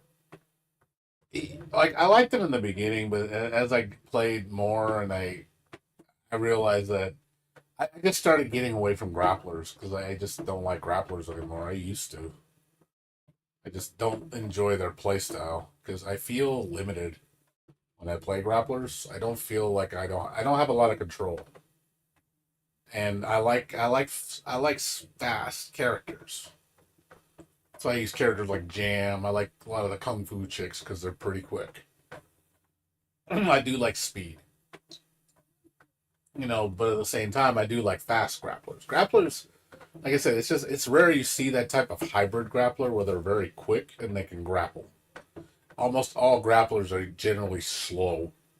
Like every single fighting game you think of a grappler, they're usually pretty damn slow. Like Guilty Gear, Potemkin's one of the slowest characters. Guilty Gear, Blaze Blue Tager's the slowest character. Look at even look at Dead or Alive. Look at what's his name? What's his name? The guy. I forgot his name. The Hulk Hogan looking dude. You know, what's her name? Something Armstrong. Tina's dad. You know, he's fucking slow as shit. The character is slow. Trying to think of another character is slow. Like oh god, fucking Million Arthur kind of blood, fucking Snow White. Snow White is terrible. Going to sleep, Pablos. All right, man. Take care, dude. See you later, man. Have a good night. I'm not gonna stay up too much longer myself. Snow White is just bad. Like one of the worst grapplers ever made in the history of grapplers. Wallstein's decent. Like he's not. He's got a lot of range though. That's the good thing about Wallstein. But the problem is, dude. The thing about that's another reason I don't like Uniel too much. Everybody in Uniel has like ridiculous range, like except a couple characters. You ever notice like almost every character in Uniel has like full screen normals. Yazudiha, full screen normals. Fucking Waldstein, screen normals. Like it's just like, dude, there's so much full screen normals. It's so obnoxious at times. Like, dude, if your character does not have like a lot of does not have like long limbs for good neutral, yeah, Hilda's full screen normals. Even oh, what's his name? The shadow guy. What's his name? I forgot his name. You know, the one that shows all the pets. The one that flies like a shadow demon. I forgot his name. Merkaba. Yeah, full screen normals. It's just like Jesus Christ, dude. Like it's like trying to win that exchange is impossible at times. You're just waiting and you're just like, Jesus God, dude, I can't get in on you because your neutral is so strong.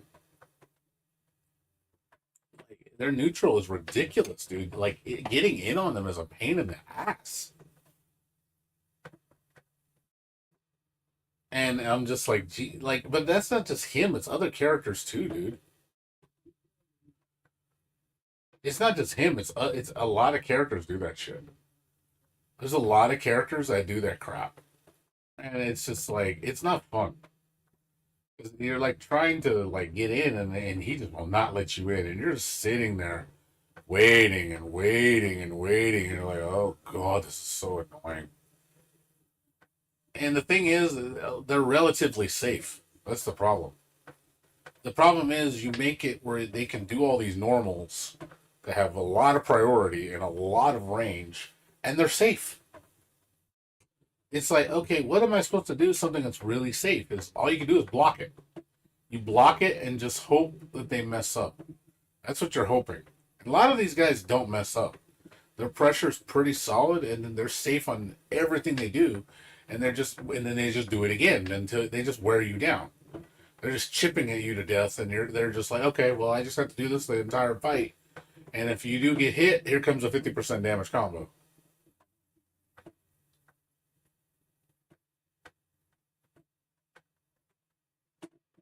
Like I said, it's not a very.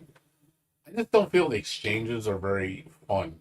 Like in Uniel, I don't. There's definitely not much back and forth going on in Uniel. A lot of times it's just one side getting pressured to death, and you're just like, dude, like I don't feel like there's much communication.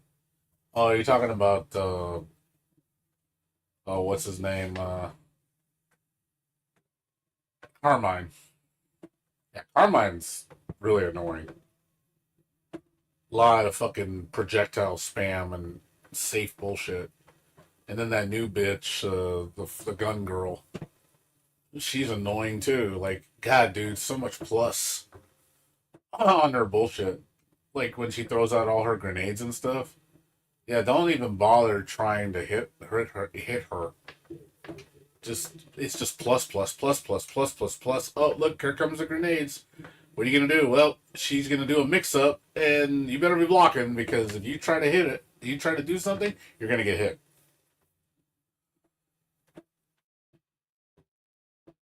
Yeah, it just doesn't feel like a very good back and forth exchange. It really doesn't. The back and forth exchange seems so minimal in Unio. It feels like it just feels like again, if you're good at controlling, you're probably gonna win. If you know how to constantly keep your opponent blocking and they don't do anything, then yeah, you pretty much won. Because there's only so much they can do, and the really only thing they can really do is when they either one they use that one move, the ship cancel, to slow down time. Basically, it's basically moon drive bullshit, and I don't like that either. It freezes the game. I don't like that shit. That's so annoying. I hate that freeze game shit. That both Uniel and Melty Blood do it. Like when you do it, and then they do that fucking shift change or moon drive cancel, and it's just like eat your input.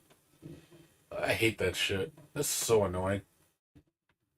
Like because it fucks with your controls, and you're like, yep, well I'm dead because Guilty Gear sadly has it too. Exert with the yellow Roman cancel, it sadly eats up inputs, which I don't like. It shouldn't do that. I think that's kind of stupid. Because you're taking it's literally like someone just knocking the controller out of your hands. It's not fun.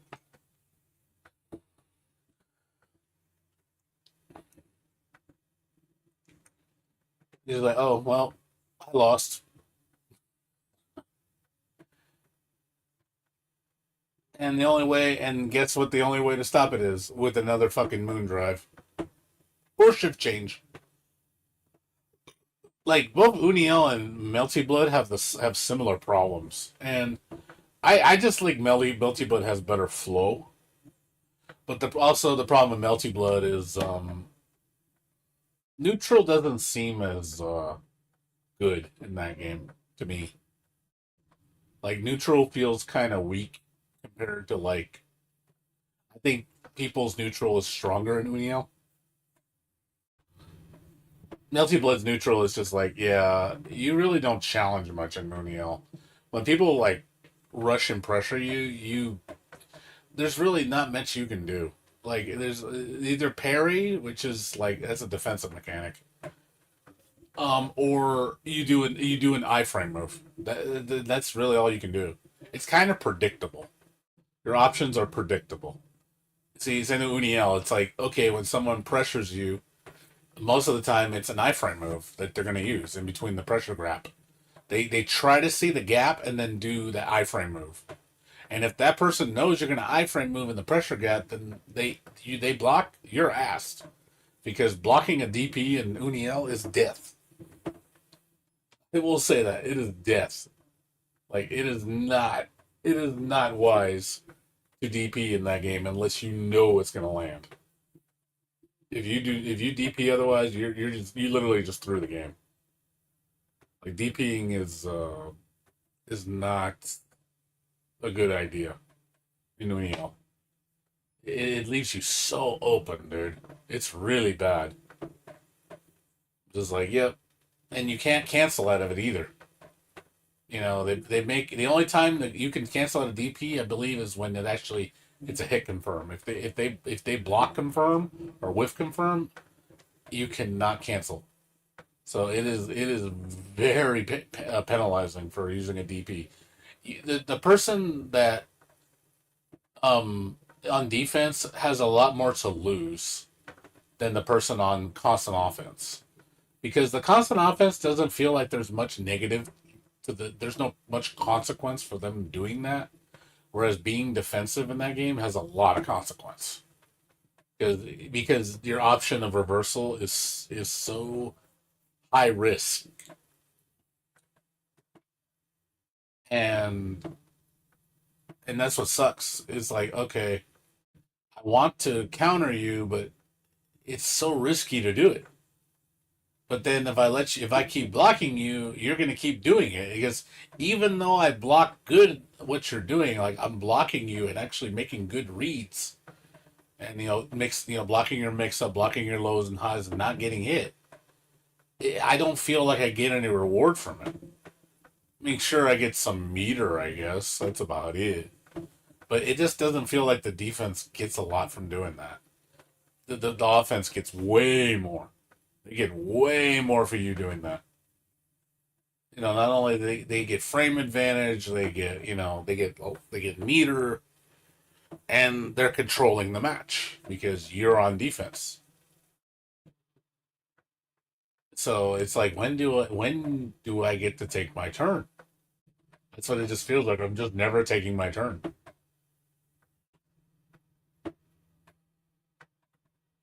So that's how I felt when I was always playing Uniel. Even when I played the first one, I felt the same way, and I had a lot of problems with it. I played it barely, and then I said, "Oh, let me give it another chance." I'm like, "No, it's the same."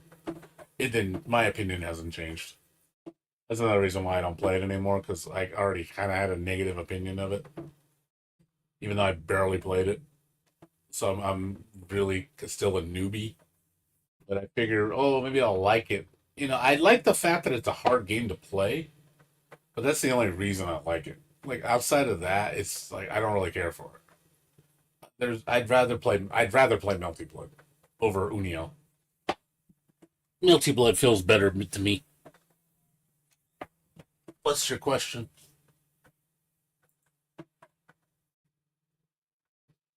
Oh, Blaze Blue cancel DP. Yeah, I know you can. I know you can Roman rapid cancel DPs. Persona neutral is kind of whack because some characters neutral is really nasty. Like characters like Yu Narukami has godly neutral. Even what's her name, Mitsuru, fucking annoying. Trying to play neutral with her because she's so safe on block. And then you don't want to jump in against her. Uh, you don't want her up close because she just pressures the shit out of you. And then you don't want her like far away because she plays keep away. And I'm like, God damn, like I can't. I don't know. I just feel like they don't know how to make good exchanges. Like you gotta understand, fighting game is a dance. Fighting game is a dance. It takes two to tango. So you both characters have to be engaged with each other when they're fighting. A fighting game is not me just watching you combo me like I'm a training dummy, and that's what I feel like a lot of games are nowadays. It's mostly just that. It's literally just it's Marvel baby, and you're literally just happy birthday me. And when do I get to play? Like I don't ever get to play. That's Skullgirls, dude. Skullgirls is like that.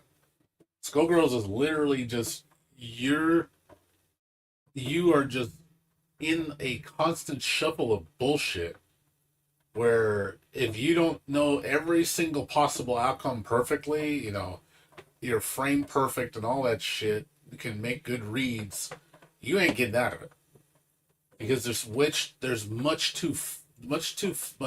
too much flexibility with the offense. So, and if the people that are really good at the game know how to mix it up crazy good. Like the offense is just disgusting, and it's just like, dude. And that's the problem when you have too much freedom.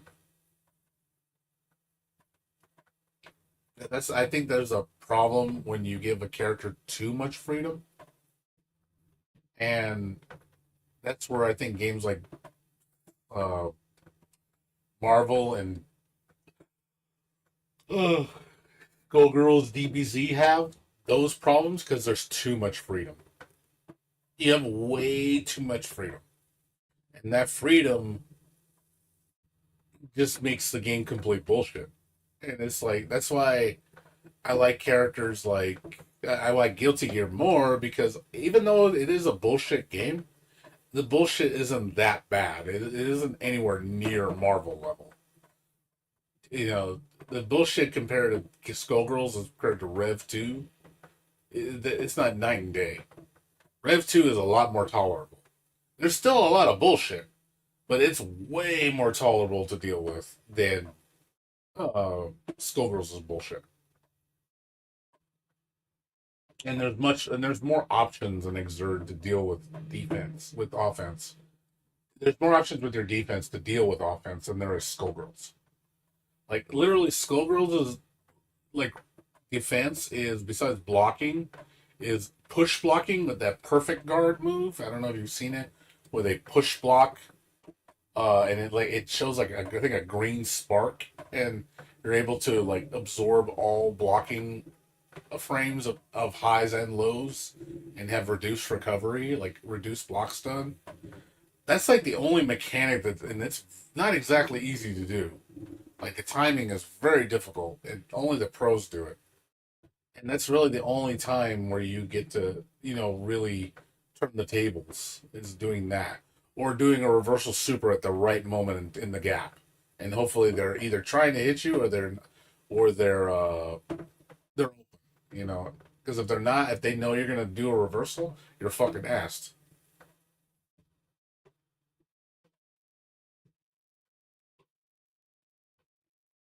Markings. Blaze Blue neutral is pretty strong.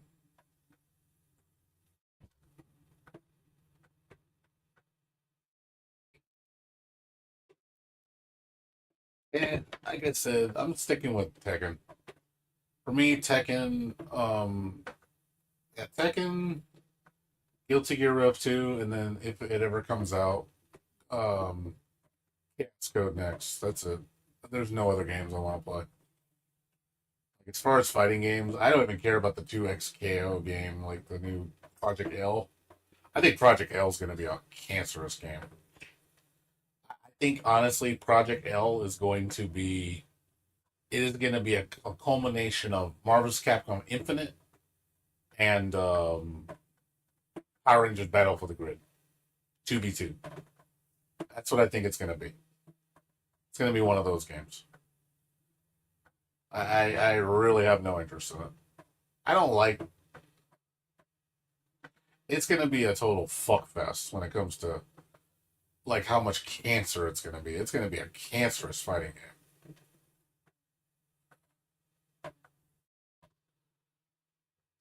Power Rangers was cancer, man. Jesus Christ. There is so much infinite in that game. There's so much touch of death in that game. It's ridiculous, dude. Like way too much touch of death. I hate games that revolve around that shit. When their entire gameplay is literally just touch of death. Like when you can touch of death that much and that easily, that's just that. You've already lost me. I don't even want to play because that's not fun to watch and that's not fun to play. Because even if I was the one doing it to somebody, I feel bad because it's like, dude, nobody wants to be on the receiving end of 100% combo that takes you fucking 30 seconds to do. Where they literally just, 1, 2, 3, 4, 1, 2, 3, 4, 1, 2, 3, 4, 1, 2, 3 for 30 seconds straight. And then, into, super, into tag team super, and then the triple team super dead. Oh, happy birthday! Killed all three of your guys. Oh, good game, bro. Good game, bro. Like it's so stupid, dude. It sounds like just garbage, dude. Like it's not fun. It's just not. I don't understand why people get such a dick hard on that shit. It's like it's like you like bullying people. Apparently, they literally like to bully people, and that's why I think a lot of these like gatekeeper people with Uniel and stuff, they're fucking bullies. They love to bully, and they gatekeep because they feel proud that look at how many people I made quit the game. See that? You made you quit, man. Look at that. See that? Because I'm just that good.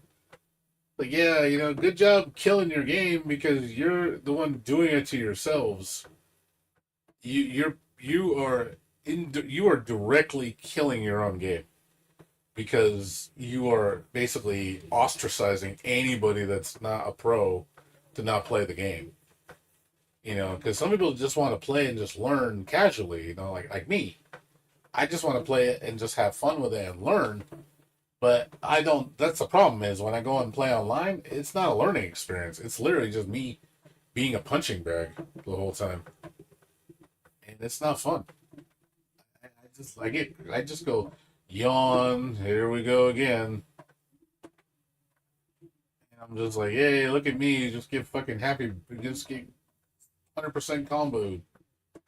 It's like, look, you double perfect me in like 20 seconds. Oh, you're so proud of yourself. And then a lot of times what happens is they'll beat me, and then either one, they leave right away, which that's fine. Two, they keep playing you, and I'm like, dude, I don't want to play you anymore. And they're like, well, why are you being a wuss? I'm just like, dude, I can't. I'm not giving you a challenge, and I'm not learning anything fighting you. It's watching you. It's like watching a you fight a training dummy. That's all it is. And on top of that, when you beat them, and when you do beat them, what's my reward? Either a lot of times one they rage quit, or two, I got to keep fighting them.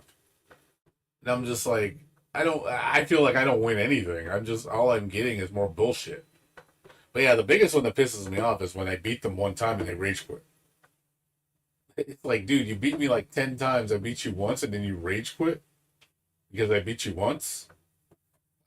God, gee, like that just shows you how fragile their egos are. Like, dude, I at least take my losses.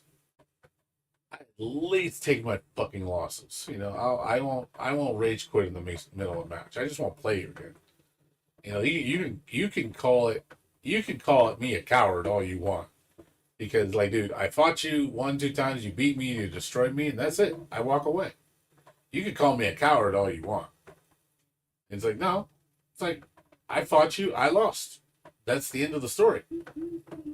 You know, just because I don't want to keep playing you doesn't make me a coward. It's like, dude, I don't give you a fight. Why are we wasting each other's time?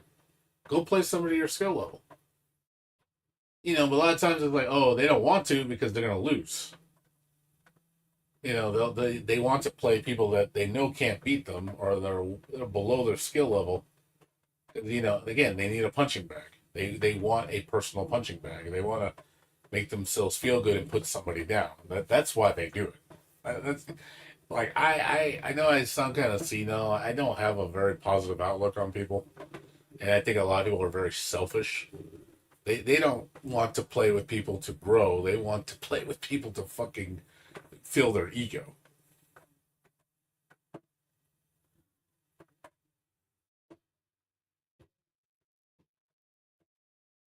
Yeah, like I said, usually with me, if I know I can't beat you, I like if I, like I said, I fought one tournament player in Tekken 8. I mean, he destroyed me. I already knew I was gonna lose.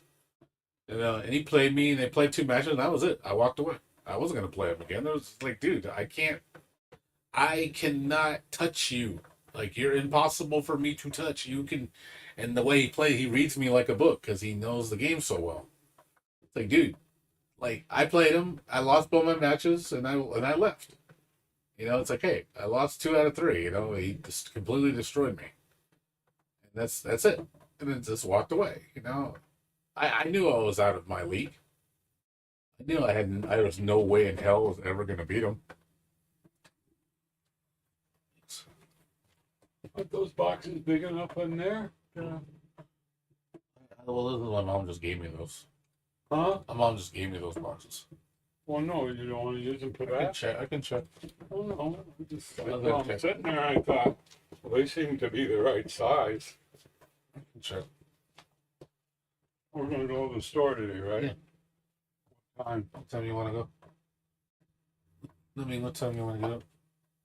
I can go now. I don't care. Well, it's a little early, 4 in the morning. No, but I'm just saying. Yeah, that should fit in there. What, you got other stuff? No, it's just those. Huh? No, that's different stuff. Oh. Okay.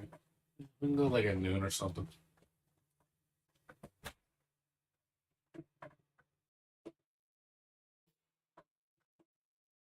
Yeah, I just well, also too Razor. Just we're getting older. Like I don't have time to put up with that shit. Like I'm just not in the mood. I don't have the patience. I don't have the interest. And eventually I'm gonna stop playing fighting games altogether. I'm afraid because I just don't want to be competitive at all. Because you lose your competitive drive when you get older. Because you realize like a lot of shit it doesn't matter. I just don't care. I that stuff doesn't. It's not important to me anymore. It's like my ego. Like when I play fighting games, it's the experience, the learning, and me just enjoying it. That's what I want. And once I've gotten that, that's really I'm kind of done with it. I got my fill. I haven't gotten my fill of Tekken 8 yet. I still want more fill of it. Still falling behind, but obviously I have a different reason why I'm not playing because of fucking performance issues. Hope they fix it, which is kind of aggravating.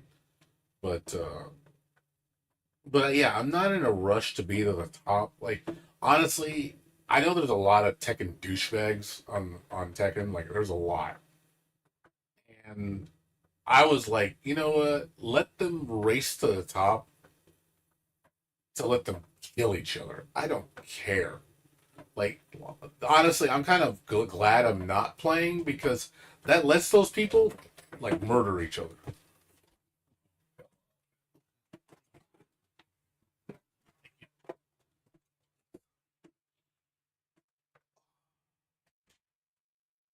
Yeah, those guys that play like those hardcore players, let them kill each other. I don't care.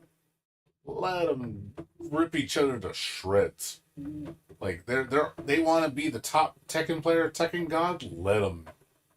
I hope all those guys are all in the same room at the top of the ladder. Cool, you're away from me. Now I can play with people at my skill level because I'm in no rush, nor do I care to be at the top because I know I'm one. I'm never gonna be because I don't care enough. Two, I don't want to play it like that because it's just I'm gonna get bored of it. Because when it's literally just winning is all that matters to you, you're losing focus of the game, in my opinion. If winning's all that matters to you, you're literally playing it for the wrong reason. You've lost sight of the real importance of what's going on. I think that's where you have to re-examine yourself again. Why do you play a fighting game? And if that's why you play it, you're playing it for the wrong reasons. And that's where I am now. A lot of time, like when I was playing Grand Blue, I was getting bored of it pretty fast. And that's why I was like, I knew my enjoyment left because I got bored of it quick because I was like, I saw all there was to do. I didn't like the modes of the game outside of the fighting. And it was just like, I'm done with this game.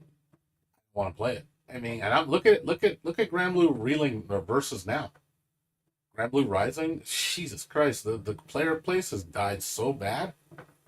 Like if you look online, like how many people are playing, it's less than I think it's like 500 average. That's all it's playing right now. Dude, the game's only been out for what a month, like a month. Yeah, a month. It's literally been out for a month, and it's down to 500 players. And that's even with 2B DLC coming out a few days ago. Like what, 5 days ago or something, like a week ago. She's already like yesterday's news. Like no one cares. Like the game's already lost its flavor, man. Like I really believe that game has gotten stagnant, stale really fast. And it's just not fun anymore. And I'm like, dude, this game sucks. Like it was alright in the beginning, it's better than the first one, but that's all I can say about it. Outside of being better than the first one, it's still not that great of a game. And I regret buying it.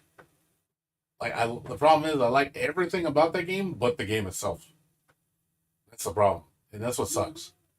Like, oh man, I love the characters, love the world, love the voice acting, the music, like everything else is top notch. but the game itself is not very good. I wouldn't say it's complete trash, but it's not very good, and it gets boring quick. It's like one Japanese player said for Guilty Gear Strive. He said it's like chewing gum. It loses its flavor fast. And he said that's a good analogy. Like you put a piece of gum in your mouth and it's good for the first couple minutes. After that, that chewing gum is kind of just there. That's not, it feels it's just me. That's what Grand Blue feels like. It's like it's all right for a little bit, and then after a while, when you play it enough, you start to realize that the flavor is not all that great. It's like junk food. It's like you eat it. It's good for a small burst, like maybe like if you play it for like maybe an hour, two max, and you're kind of done. I have no desire to play it anymore. Like I don't even care about this season anymore. I'm looking maybe next season. I like to see what they change, but yeah, I'm pretty much done with Grand Blue. I think Grand Blue is not a very good game. I think it's overrated as hell. Grand Blue Relink's pretty fun. I mean, the only thing is, I will say I was getting kind of burned a little bit on the grinding. The grinding is a little excessive, especially with the fucking spamming Bahamut, Proto Bahamut, which I haven't done yet, and probably am not going to do because I just don't care enough. Like I feel like I'm probably gonna do it a couple times and I'll be like, okay, I don't want to do this 100 times, and I don't want to feel like I'm logging into the game just to do that. Like I want to still do all the fights. Like I'll probably take a break for a while because I want to come back when they add more content, more characters, more bosses, and then I have something to aim for. But as of now, it's like, yeah, I'm at proud difficulty, like cool. But I do notice that gets a little grindy. That's the only thing I don't like. It is grindy as hell. It kind of reminds me of an MMORPG, like their Final Fantasy 11 grind. You're just fighting the same monsters over and over for drops, and I'm just like, oh god, I don't want to do this. But I think I need to take a break from the game for a while. That's why I did. That's why I didn't play it today.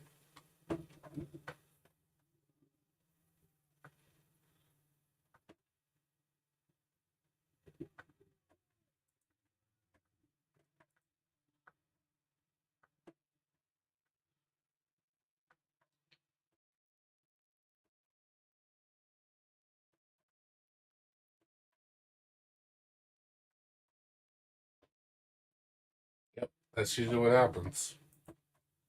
It's not fun. Like I said, it just you get people that yeah, I hate that too when it pairs you up with pinks and the highest ranks, and you're just like, dude, I'm a beginner. Why am I fighting a pink? Why? That doesn't make any sense. I should be fighting somebody my skill level or around my skill level. Pink is such a drastic, skill level gap difference. But even then, the fact that you beat them just shows you that you know you can lose to anybody. But at the same time, you're like, this is stupid. And then again, you get a person that gets mad at you because you beat them once and they talk shit. My dude, just because I beat you once, it's like, why are you getting so upset? Or why do you rage quit? Because I was going to beat you. Like I said, you get to a point where you don't even want to compete with people with anything. And you just kind of just give up. Like, I know it sounds kind of like I'm being very like I have a very quitter mindset. Like, man, you don't even want to try. Like you just sit there and you don't like you could tell like when people look at you and they feel your energy and they say, "Man, you really don't care." Like I don't. I really don't. I mean, but it's all I can also see it being kind of a buzzkill because I understand some people they like the thrill of finding somebody that's their equal, and fighting somebody that gives all their heart. I get that, but at the same time, it's so draining. You know what I mean? It's nice when you fight your rival, and your rival actually respects you, and you have good matches, and it's toe to toe, and you're really pushing each other to the limit. And you put on a good show. That's great. And nothing wrong with that. But I feel like I can't give people that because, especially when we're obviously not even on the same skill level. Like, how do you expect me to be a rival when I'm not even putting up a challenge for you? How is that a rival? Rival is you're supposed to be your equal. It's a person that you have matches and it goes back and forth, and there's no clear winner. That's a rival. Someone who pushes you to be better and wants you to be your all you can be, and like, hey, they're a challenge. This is going to be a tough battle. That's a rival. But somebody who's just literally just punching back at you, that ain't a rival. I haven't. I heard the changes on it are pretty bad though. They said it's been like a lot of the changes have made it kind of like I've been seeing a lot of negative reviews with the changes to the systems that people made, and people don't like it. That's what I've been hearing. So whatever changes they did to the systems in place, they said it kind of screwed the game up.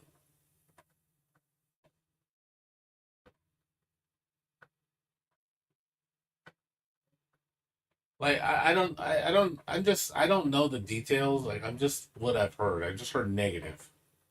They said they don't like the way the systems are in place, like the stuff with like the RNG and then how buffs work and then how decay works.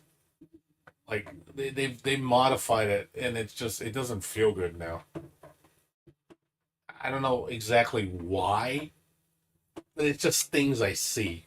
I was just reading like reviews and reading comments in the Steam forums, and I didn't hear there was a lot of negative talk. So I never went back to it because I was like, wow, it sounds like it gets grindier. Like it's more grindy. So it's like, okay, that's not good. I don't want it to be more grindy. The game's already grindy as it is. It's like you're gonna make it more grindy and then not in your favor. Like I don't mind grind if it's fun. It's just when the grind is boring and when the grind is incessantly annoying, I don't like that. Like I don't like it when I have to grind thousands of hours and it's just, for the sake of because. So that's how I felt with Genshin when it was like logging in for dailies. It just felt it wasn't fun anymore. I got bored of it. It was just like, dude, it's fucking chores. It's literally what uh what dailies are in Genshin. They're fucking chores, and I got so tired of doing it. I was like, dude, I don't want to log in just to fucking do chores. Like I'm not in the mood. It's not fun to me. It's not interesting. It stopped being challenging. You just get to a point where you're just like, enough. I had enough.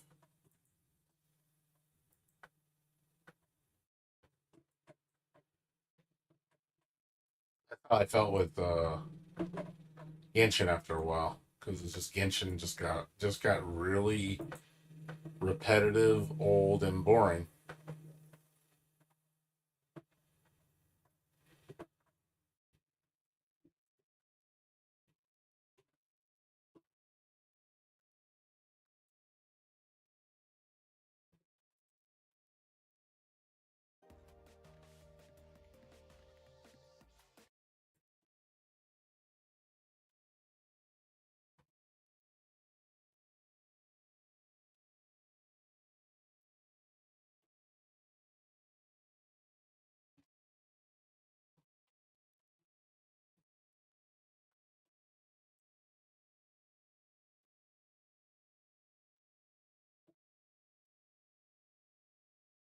Yeah, but I just it's just dailies in general, like because all the game was becoming was dailies. 'Cause I've already done everything in the game I could do.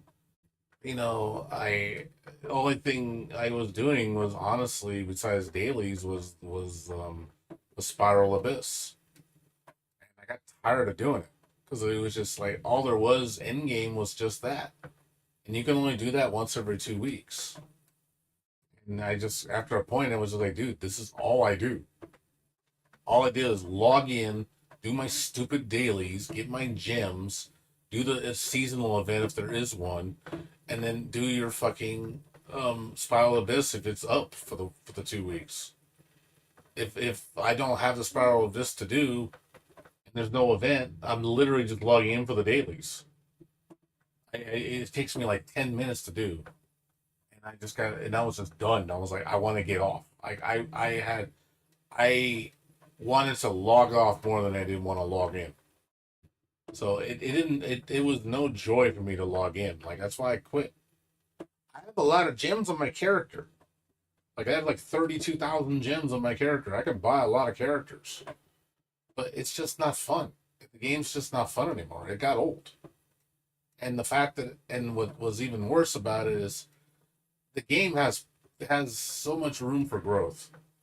And it was not going to grow. That's the I knew the fate that game was going to meet.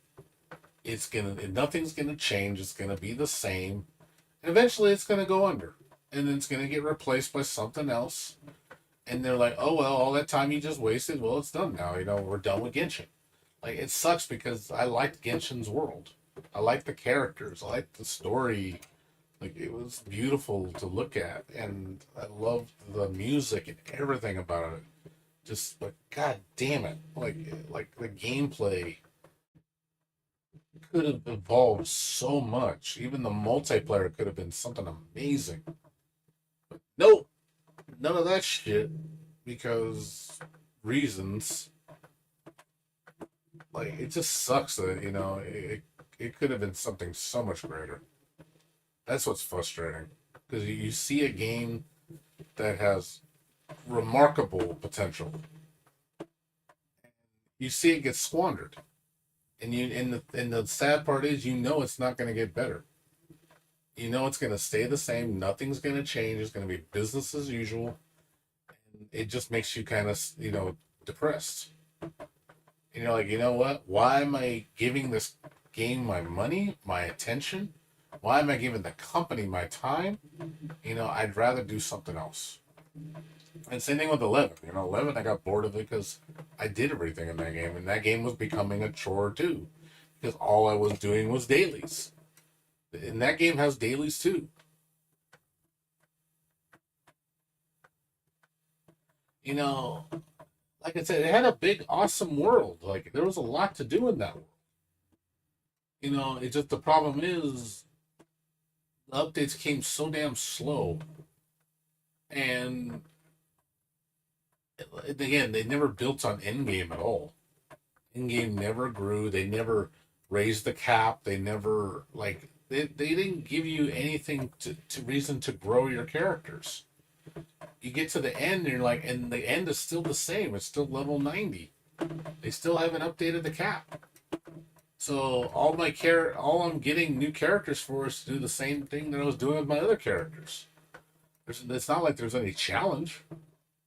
It's easy. I'm like, I've already destroyed it, and I'm just like, well, it's not fun. I don't want to do this with every single fucking character. I got my teams that I made like 4 teams, and my favorite team was with Jin Yan. I like the synergy system. I thought that was really neat. All the elemental synergies are really cool. But I just felt like the game didn't evolve at all.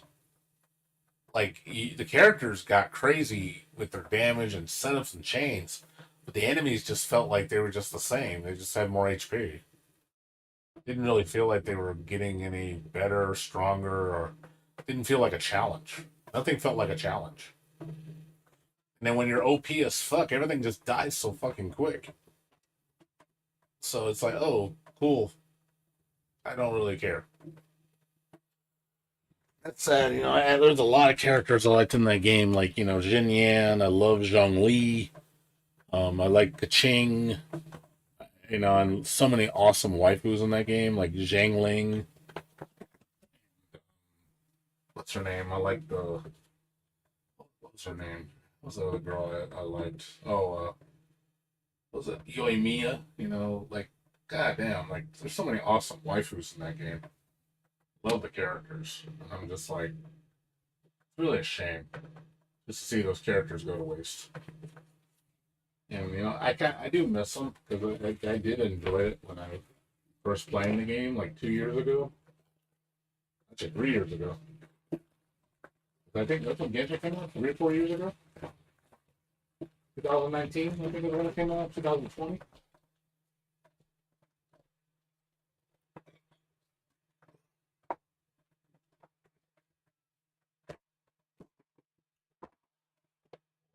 What's funny, Razor?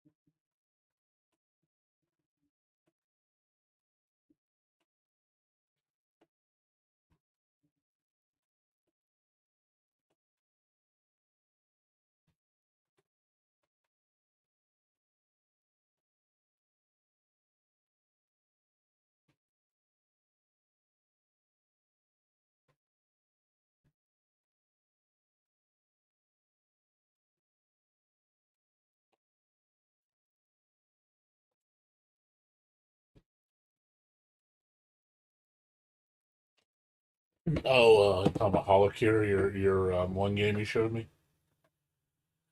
You mean the Vampire Survivors game?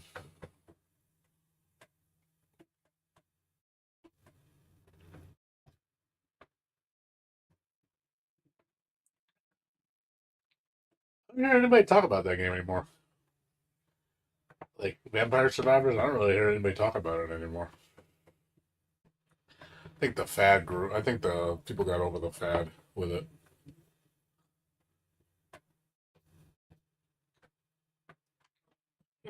I don't see people like get all excited about it anymore.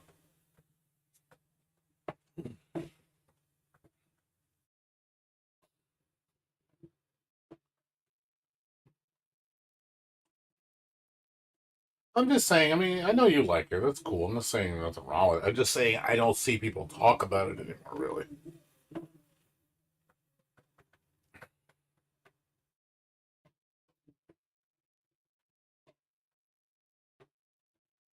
people. I notice people like move on from games pretty fast nowadays. In general, like unless your game is like stupid popular, like what has really lasting appeal, people move on very fast. Like it's like I said, Uniel. Look how fast Uniel died. I already knew Uniel was gonna die. Like, I knew Uniel was gonna become a Discord game. Like it's already a Discord game. That's the sad truth. That game, that game became a Discord game after 2 weeks. Like it's hard to find matches. The only people you play are the pro players, and you literally have to go on community sites to find people to play with. And even the forums are barely busy. Like there's really not much communication. But in general, people move on very fast from games unless your game is really popular. Like Tekken is extremely popular. It's not slowing down. Tekken still has like 20,000 plus players. People still play Tekken. So I don't think Tekken's going anywhere. It'll be like that for months from now. It'll still be that big. And, but yeah, games like, Uniel, even Grand Blue Fantasy Versus, man. Like I said, that shit died fast. Yeah, it's good. It's good to have updates from time to time. I mean, I get that. It's nice to come back to a game that you love. It's like Tevi. Like Tevi's a dead game. No one cares about Tevi. No one barely streams it anymore. Like it's a game that was a sleeper. Like it was a game that nobody talked about. No one reviewed it really. It was just a silent release, and the fans that played it in the beginning, and after about a month, it's gone. If you go and look online, like people are playing Tevi, it's not even 5 people. Like Tevi is a very niche game. Same thing with Rabi-Ribi. If you look, like you just type in, I'll type in Tevi right now. There's one person playing Tevi. One fucking person. One. It had a max of 543 players. Now it's funny though, you look at Rabi-Ribi. Rabi-Ribi, even though it has 2 people, obviously it's my channel. It had like 21,000 followers. I was like, and Tevi only had 500. Like, jeez, man. Like, nobody really cares about Tevi. I figured people would have cared about it because it's, following Rabi-Ribi's footsteps, but Rabi-Ribi is extremely popular in terms of, like, number of followers it has. Obviously, no one really plays Rabi-Ribi much anymore. Very seldom people play. Like, maybe every other day you might see 1 or 2 people play it. That's kind of about it. It's just, again, it's kind of low-key game. It's like, I mean, it's already 5 years old. No, I'm sorry, it's 8 years old. It's 8 years old. So I get it. It's like Tevi and Rabi-Ribi are just not very popular games. It's not because they're not bad. It's just they're just not popular. I'm sure when Rabi-Ribi 2 comes out, it'll probably stir up people again. You'll probably have thousands of people streaming it just because it's, oh shit, it's the hype. But the hype dies quick. The hype dies quick though. Even if Rabi-Ribi 2 came out today, sure it'd be thousands of people playing it probably. Now I'd probably have a lot of people watching me play it. But I know it would drop pretty fast. Like after about a month, no one's going to talk about it. And the people that are talking about it, it's just a few thousand people that play it. It's just such a small demographic that most people just don't care about it. And that's fine. The game was never meant to be popular. I am going to love it regardless if it's popular or not. But I know the expectations of that game is not very big. It's just it's not gonna sell. Like, sadly, even the guy who made Tevi said that he was trying to cater the majority by making it more PG and making it more family friendly. Because you ever notice how clothed the girls are, and they're a lot more conservative. I mean, there's still a lot of cleavage, but it's more, I guess, tasteful. Because where you see Rabi-Ribi's girls, they're more like risque, and it's a lot of lollies and stuff. So it's a lot more. It's got more fan service, whereas Tevi doesn't. And also, there's guys, and I think that's where he kind of screwed up because he was trying to cater to a demographic that doesn't play Rabi-Ribi. It's like, dude, your demographic that plays Rabi-Ribi, that's your fan base. Like, start trying to aim towards a fan base that doesn't exist for this game. And that's where I think he messed up with Tevi. Because he was like, yeah, I'm trying to cater to a new audience. Kind of like, Guilty Gear. Did I hear lollies? Lollies. Gotta love the lollies. Well, yeah, because Fucking Rabi-Ribi is loaded with lollies, dude. God, there's so many lollies in there. So many of the girls are like teenagers, you know, compared to Tevi, which look a lot more adult. You know, all the girls in this game either look extremely young, barely 18, kind of deal, or they're, they look like Ribbon or Saya and them look like they're 15 and stuff. And then you look at Tevi, and it's like Tevi looks a lot more mature. Sure, they might be some cute characters, but it's a more mature game. There's really not that many underage characters. I think the only underage characters that looks like underage is what's her name, Lumine, the busty angel. I think she's like the only one that looks like a lolly at best.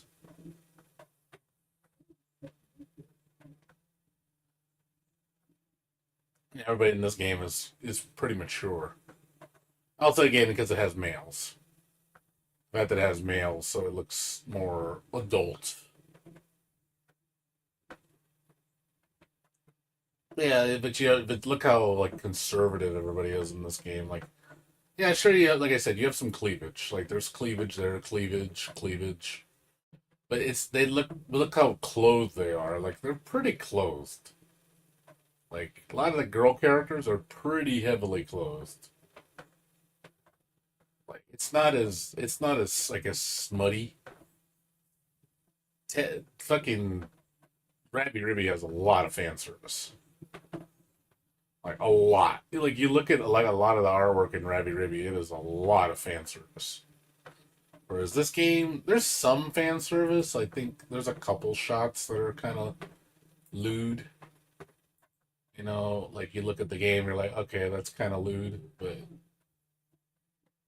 yeah, most of it's like very clean. See, that's very clean. It's cute, but it's very very conservative. That's conservative. Even for a butt shot, that's pretty conservative. Even there, it's like pretty conservative. That's conservative. That's conservative. Again, just cleavage. Like that's really all there really is. Like really, there's really no like fan service in this game. Cute, cute, conservative, just clean. Like you don't see too much like risque stuff in this game. It's not like, oh my god, like look at they have fan service.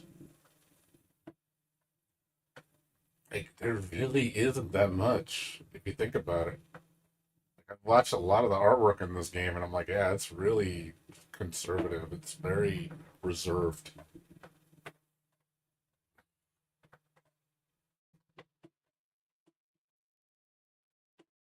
Really, not much. There's nothing smutty. I don't know if there's any smutty pictures in this game. It's like, damn, that's fucking lewd. Like, I don't think there is any that I can remember. I really don't remember them being any. So yeah, like I said, you compare this to Rabi-Ribi, it's night and day. You can definitely tell they held back on this game. I mean, I don't mind it. It doesn't bother me that much. But I understand people like the fan service. Like, yeah, she's probably as fan service is the most fan service character in the game, just because she has a slutty mouth. Like she says some really like sexual things.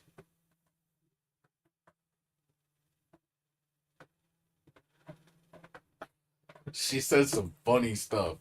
She's probably, like I said, the most lewd character just because of her potty mouth. Because she's very sexual. Always says the most risque stuff. I mean, the most sexually oriented thing or whatever. She's always making sexual innuendos. Always saying something really dirty. Like I said, it's the only character in the game that does that, really.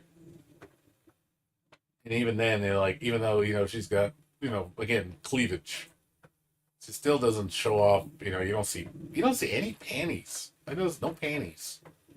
See, very conservative. They said just cleavage. That's the only thing is the cleavage. Everything else is like super conservative.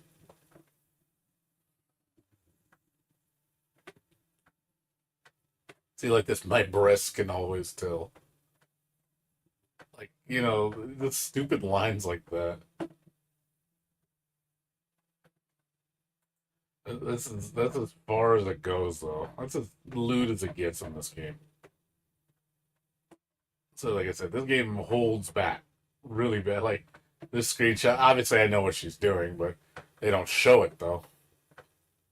I mean, if this was probably Rabi-Ribi, there would have been Ponsu, fucking shot up the butt. Like, oh, we're gonna see robot booty. I'm like, underneath her Ponsu. You know, but obviously, they don't show it. So it's like, yep, it's super conservative. That's it.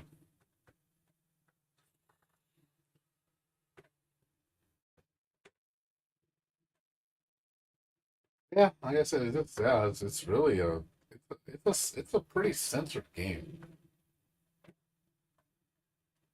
But I don't want them doing that because it's like, dude, like what you made before. You don't have to appeal to a group that doesn't care about your game. That's what I don't like. A lot of these companies they do. They want to appeal to a fan base that doesn't exist, and these people really don't care about your game because they're not going to support it. And when that game stops becoming popular, believe me, the people that you catered towards are not going to be anywhere to be found. They will move on to the next thing, and you will be forgotten. And then the people that you burnt bridges with are going to be pissed at you and not trust you anymore. So there's that rapport you have to keep with your fans that love your product. That's important. You need to keep that established like rapport with your people that actually love your product. That's really important. And I hate when companies lose sight of that because then you start seeing them go astray from what they made before. The good games that they made before, and it's like, damn, you've really lost sight of your ways. I don't want to see games like this just become total shit, and then it's like, oh well, I don't want to play this series anymore. Like, yeah, I still love Teddy. Don't get me wrong, I still love it. It's still a good game. It's not as good as Rabi-Ribi though. I think Rabi-Ribi's still a far superior game in terms of like I didn't play Rabi-Ribi for the story. I played Rabi-Ribi just for the gameplay, for this cute, silly girls, the funny dialogue, just fun bullet hell. And I think I don't think the game is as zany as it should be. It feels a little held back. Tevi feels like it's held back. Like you could tell they were trying to cater to an audience that really doesn't play bullet hell because the game really is not that hard. The fact that I could play Rabi-Ribi on hard and I have more of a challenge on Rabi-Ribi than I do on this game. I die way less on this game than I do Rabi-Ribi. Rabi-Ribi, I die way more. I don't. I like the art style. I like how they look. Like the way I would like to see the art style for Rabi-Ribi in this style, but not so reserved. Like it does. It's too reserved for my taste. I want to see the Rabi-Ribi characters like the way they look, but in this like more up to date style. But definitely, they don't need to. You don't need to focus on story so much because it's like that's not why people play Rabi-Ribi. It's like the story was just cute. It's just a cute little fun story. nothing ultra serious. Like I'm not looking for some, oh my god, this is Final Fantasy VII Rebirth story level. I just want to play a funny game with some cute characters, give me lots of silliness, and you can have some emotional scenes in there. It's all cute and cuddly. That's what we like. That's why I play it. And I could care less about, oh my god, it's there's this villain trying to take over the world and we have to save the world and stop him. Like I'm not. That's not why I play Rabi-Ribi. Like this story was cute. It's all right. I do like the whole thing with the dad and and the daughter. Him dying was really sad. It's I get it. It's its own thing, and I'm letting it be. But I do feel like that's not the game's strong point. Is not It's not the story. The story is probably one of the weakest parts of the game. It's not a terrible story. It's just not a great story. But I do like the characters, and I do want to play the DLC because it is going to show additional story that to clear up a lot of loose ends. So I do want to see the DLC, what it has to offer. I am curious. I still love the game. Like I said, it's still a great game. It doesn't surpass Rabi-Ribi. I think Rabi-Ribi still got a leg up on it. The only thing I could say this game does better than Rabi-Ribi, the only thing I really say it does better, besides the visual art is definitely a lot more modern 16-bit, is the combat. Combat feels more refined in this game. Like it is top notch. Like the controls are butter smooth. I'll give that. That's one thing that this game does better than Rabi-Ribi. The controls are like that is some fine wine right there. You can tell they learned from Rabi-Ribi. Like, hey, we're gonna make this play like butter. Like it is like a butter a knife cutting through warm butter. Like that's how it feels. Like when I play the game, like this feels so good. I love how this fucking plays. It's so responsive. It's loose. The combat feels really good. The movement feels good. Like you can definitely they got it. They got it. And I want to see what they do with Rabi-Ribi too. Like I want to see how much they push the envelope. Like, are we gonna take it to the next level?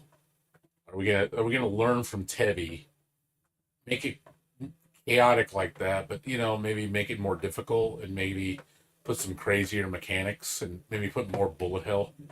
Because I do feel the bullet hell in this game was a little lacking. Like, it's not terrible, but it's not as good as I wanted it to be. Like Rabi-Ribi is way more bullet hell in this game by a mile. There's only a couple times where the bullet hell really becomes bullet hell in this game, where the bullet hell gets really crazy. But for the most part, it's not really that bad. It's pretty reserved, and I think Rabi-Ribi did it a lot better.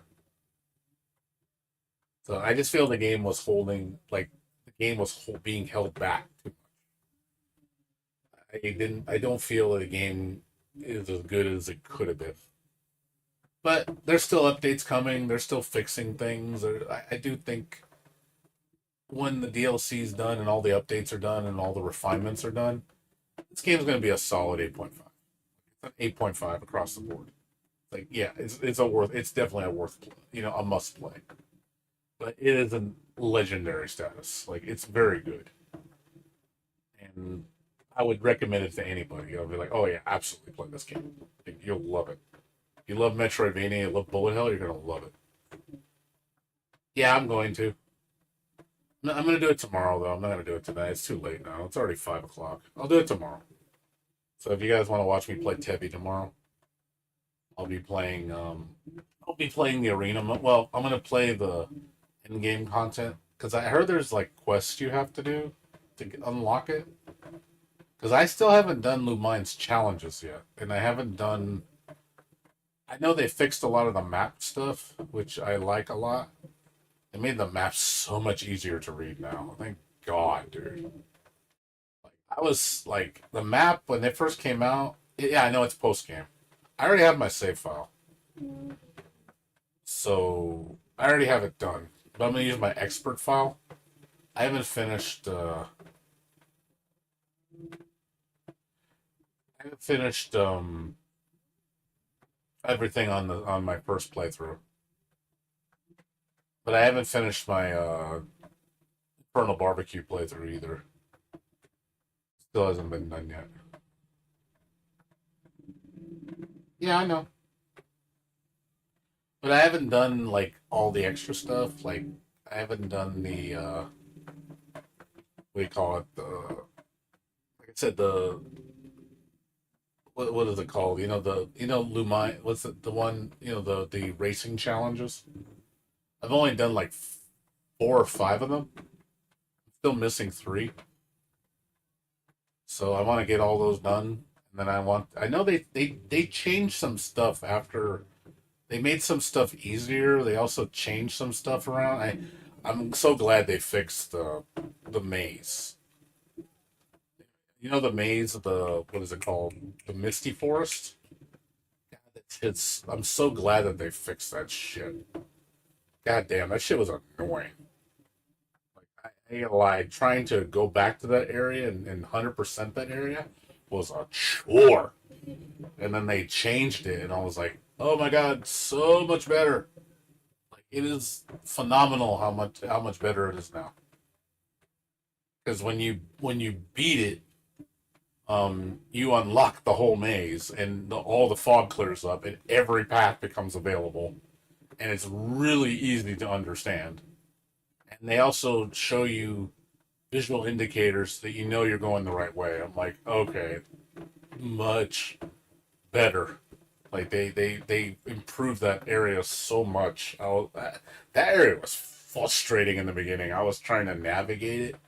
I was just getting lost so much. I was like, I can't memorize all these fucking different outlets because it's so confusing.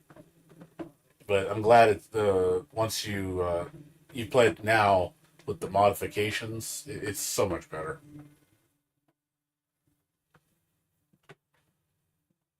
Power World, yeah, I don't play Power World. I'm not into. You talking about the Pokemon with guns game? I don't like Power World. I'm not into Pokemon, dude. I don't like Pokemon. I never liked Pokemon. Like I barely watched when you heard about barbecue. I wanted to link you. What did you want to link me? Like what?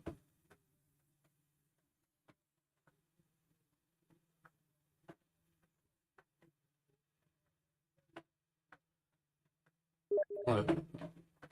Infernal barbecue.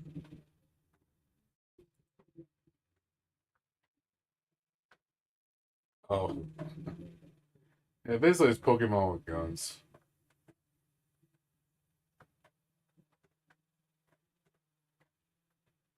Oh God, so messed up. You cut them up and eat them. That's terrible. That's poor lamb got all eaten. That's kind of messed up, dude.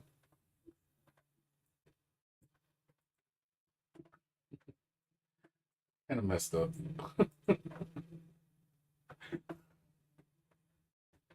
Yeah, I don't like Pokemon, dude. Yeah, I know. I know exactly what goes on in that game, but I don't like Power World. I really don't care about it. I could care less.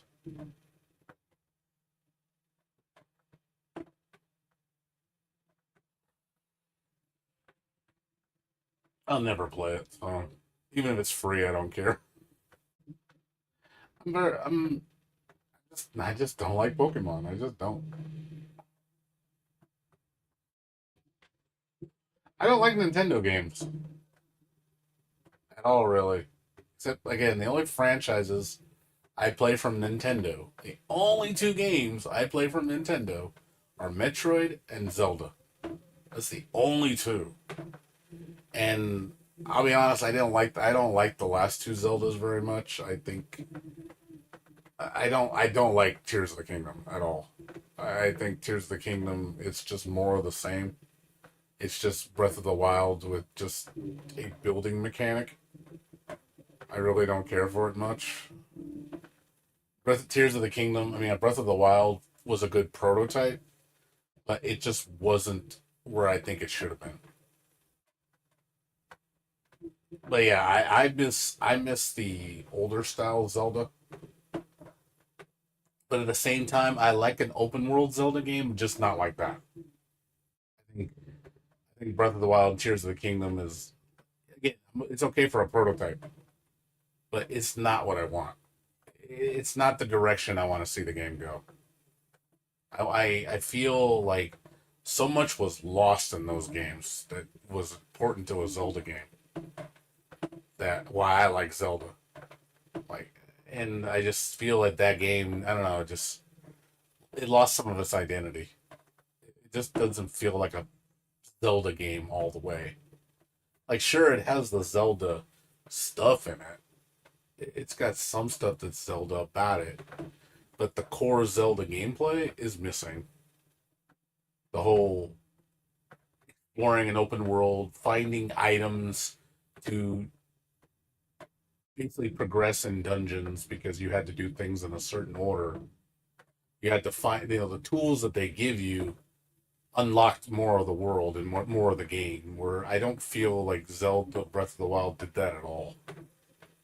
It just felt like you just had this Omni tool that's given to you off the bat with the scribe or whatever that thing is called. The little Wii U bullshit that tablet he uses, and it's just all your tools are there, and it's just like, oh, it's an all in one. It's streamlined. It's like, yeah, but that's not what Zelda's about.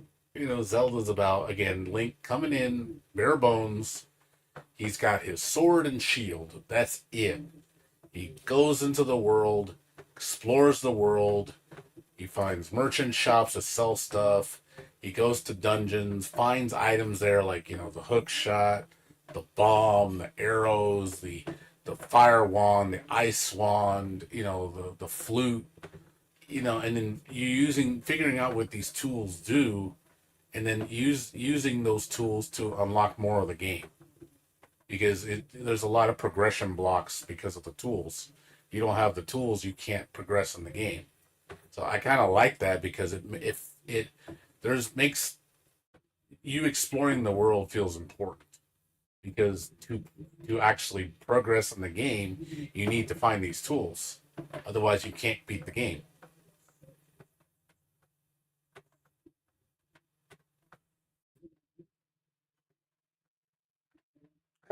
I don't think it's linear per se. I mean, I like the open world. Like, I want it to be open world, but I want it to be like, make it open world, but make it where all the tools matter, and you have to find them. You can go anywhere you want. I have nothing wrong with that. I like that. Figure it out. You have to go. You go in there in you're completely, uh, you know, you're completely blindsided by the fact that you don't know what you're doing. You don't know what you're trying to find, and then you just play. You figure things out, you find things, and then you start putting the pieces together. And you're just like, okay, I got this item.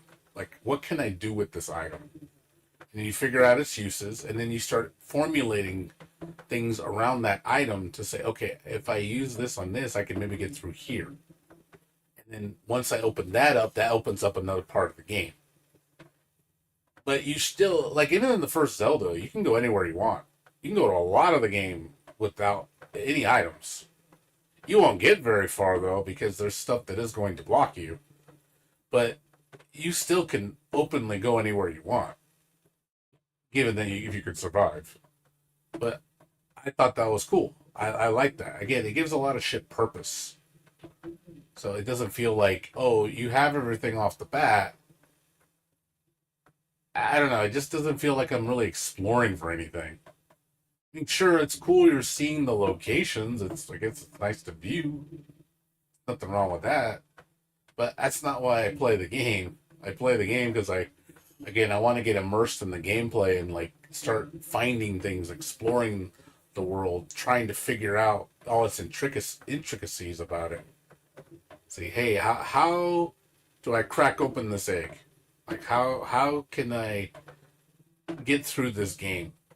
Like, and using everything that I find to my advantage to to make myself progress.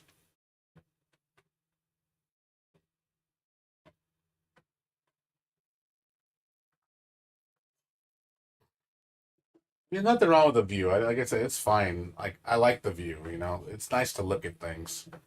But ultimately, that's why I like playing games. That's why I like Metroidvanias because Metroidvanias do the same thing. It's like you have a bunch of tools that you got to find to help you get stronger. They'll open up new abilities. They open the gateway up to find to new things. Let's just say there's this one area you can't get to because you don't have this one tool, and you're like flabbergasted why you can't get there. You're like, man, I must be missing something. Like, why can't I get to this point in the game? I can't make that jump or I can't get past this barrier or something. And obviously it's gonna drive you crazy because you're like, oh my god, like what is it I'm missing? But I don't know, I kinda like that because it makes me want to find more stuff in the world and maybe I'll come across that solution. And then again, and when I find it, it's like, yes, I found it. Oh shit, I opened this up. Oh man, I found a brand new dungeon with some hidden monsters and some secret boss. I like that shit. That to me is fun. Like you find something special, and you're just like, damn, the game rewarded me for being very curious. For actually being an explorer. That's why I like Metrovanias and why I like Zelda because that's a lot. A lot of the game is exploring. I like to explore. Yeah, Elden Ring's like that too. Elden Ring rewards you for exploring the game. There's so much to find in that game. The game's really hard. I'm not a big fan of the combat because I'm not big on Dark Souls. So, but I do like the fact that the exploration is definitely top notch. That game rewards you for exploring. So, and I'm big on that. I just am. That's why I play the crap out of Metroidvanias because Metroidvania is a big part of it is exploring. I like finding things. I like building myself up and figuring out solutions to problems. And it's like it makes, and then on top of fighting cool bosses, and doing difficult challenges. Like it's fun and it feels accomplished when you do it. And you just give me all my tools off the bat. I don't know. I just don't have as much incentive to explore. I just don't feel like what could I possibly get from exploring, especially when the rewards are generic. Like that's why I don't like. I don't like. Also, I don't like Breath of the Wild because the rewards feel so copy paste. All the rewards are copy paste.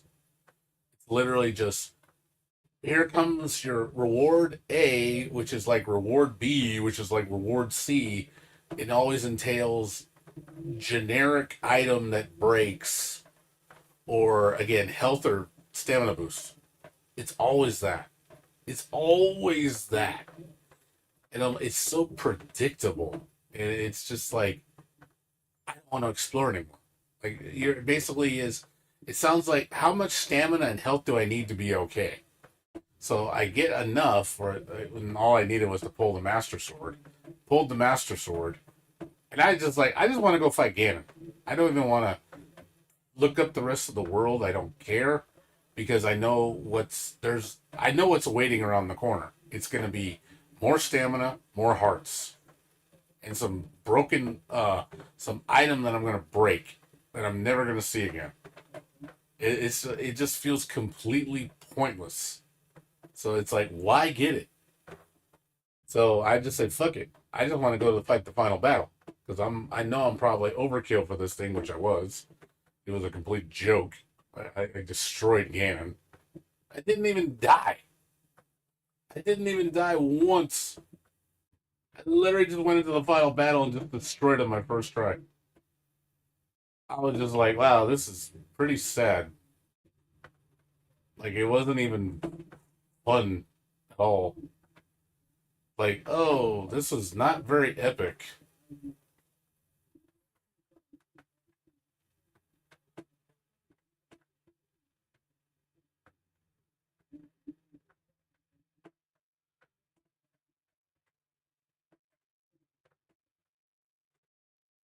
Yeah, I just don't like it when items are predictable. I like it when you throw me a curveball, when it's something I'm not expecting. Like whether again a unique tool or maybe some interesting dialogue to a quest or something. Maybe I unlock a crazy quest. I was like, oh shit, this is something interesting, or some deep lore, that some backstory for some character. Something actually good. That's what I want. Throw me that kind of shit. Because it's like, oh, okay, I didn't expect that. Like, give me the unexpected, not the typical copy paste shit that so many companies do. Again, here's here's it's always here's the key to the next door. Like, duh, I know that's gonna happen. Or two, oh, here's the typical generic resources you're gonna get all the time. Or again, like I said, heart or stamina. It's always the same fucking thing. Like I want more than that. Give me more than that. Give me something interesting.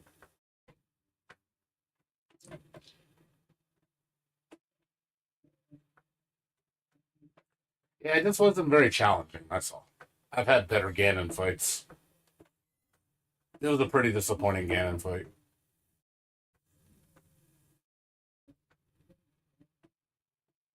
Metroid, I definitely had better fight scenes than fucking the latest Zelda. Again, Zelda's been kind of disappointing me lately. So again, I like the direction they're going because it's open world. I just don't like the execution. The execution just doesn't feel right.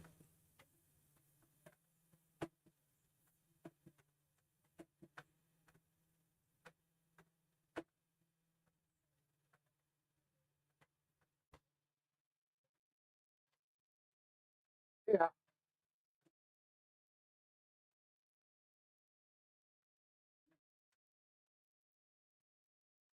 Maybe the next Zelda will be better, but I think they could do better. I think I don't know. And the new Metroid, I don't know when, Metroid Prime 4, which I hope it's really good because I do enjoy Metroid Prime. That is a good game. But yeah, Metroid Prime 4 will probably be my biggest Nintendo game that I play next if I ever play a Nintendo game. That'll be the one whenever that comes out because the game is still unknown. It's been in development hell for so long.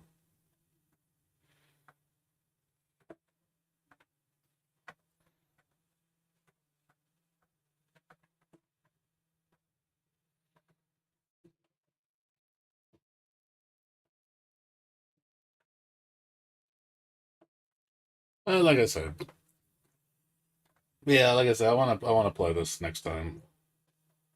But yeah, sorry I didn't get around to it tonight, Razor. I was gonna play it tonight, but it's too late now. It's already 5:30 in the morning. I got so wrapped up in that Rabi-Ribi game, but we're done with it at least. But yeah, Rabi-Ribi 2, man. I'm excited, dude. I'm excited for Rabi-Ribi 2, though, man. I'm so fucking stoked. Like I said, the game I wanted to see become a reality for so long, I was like, oh my god, it's actually happening. Like, it's actually gonna happen. I don't know when it's coming out. I'm guessing, my guess is 2 years, at least. But I ain't gonna lie, that brought a smile to my face seeing that game get a sequel. Like Rabi Ribi 2 is a game I really, really, really wanted to see happen. Like Tevi was a good offshoot to it, but I truly wanted to see a Rabi Ribi sequel, and I'm finally gonna get one. I just gotta wait. But I will be there. I will be there 110% when it comes out. I will be the first kid on the block. Be like, my body is ready. Like I am ready for the ribby.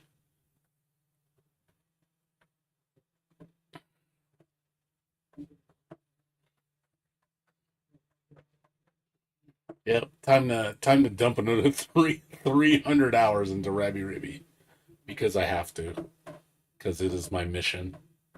It is my duty. I have to do it. I have to.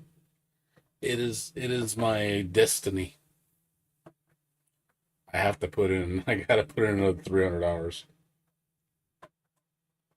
Be like, yep, gonna play it on hard. They're gonna play it on expert. They're gonna play it on hell mode. And then fucking play it on bunny extinction.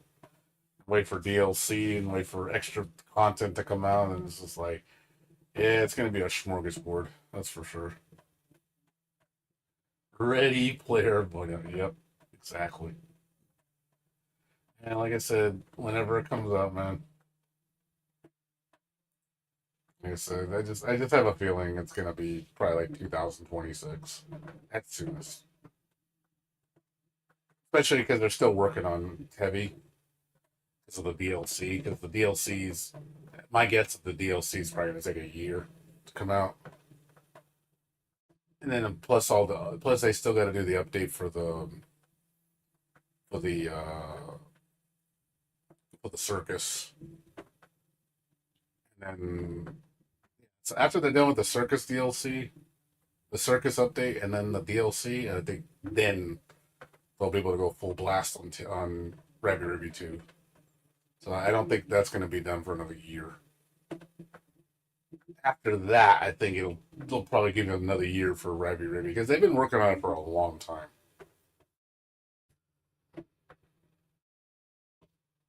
What's up, David? What's up, Blackbird? How you doing? Yeah, we're just talking about my babies, my game. Are you going to work? Okay, no problem, dude. I'm about to go to sleep right now. I gotta do some errands tomorrow. Yeah, I know. All good. No, I appreciate it. Cool to see you, Blackbird. Thanks.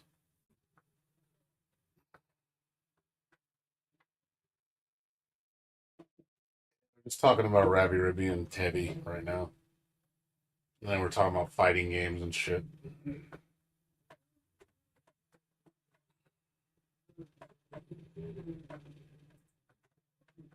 Ass. That's the load about that. Ass. It is funny. Of course, the. All right, Blackbird. You have a good one, dude. Make sure you get your lovely Rabi-Ribi wallpaper. Anybody that doesn't have this yet. You have this wallpaper, um, like, Razor? You have this wallpaper? I don't know if you saw this in the store.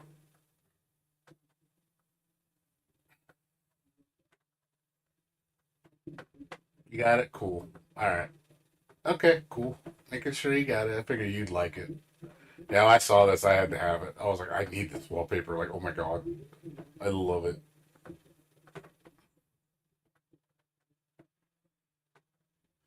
Yeah, I saw the Rabi-Ribi. Was it in the was it the shop? Ah, crap. What do you call it? The what is it called? The Steam Workshop or whatever? Steam Points Shop or whatever it's called. The Points Shop, yeah. So I saw all these. I was like, oh my god, I just bought every single one. It was all Rabi-Ribi. It's like I love these. These are so cute. It's truly the cuteness overload.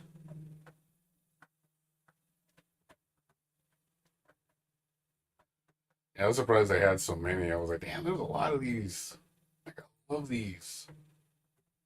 These are awesome.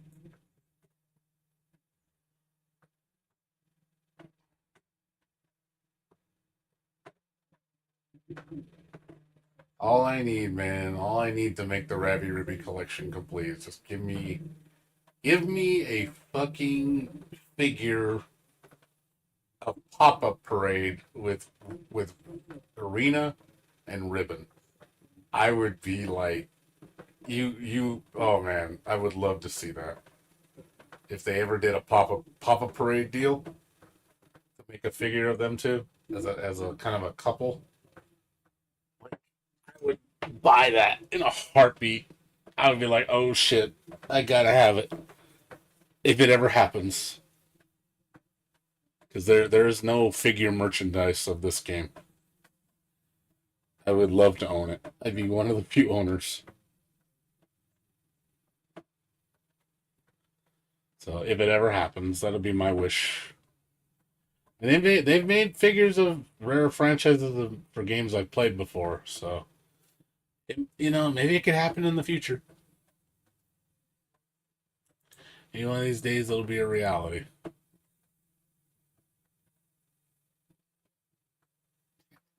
Ribbon, I love Ribbon. Ribbon is best girl.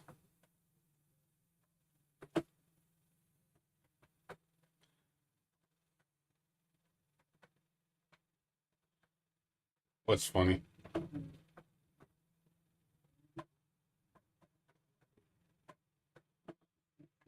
What's funny?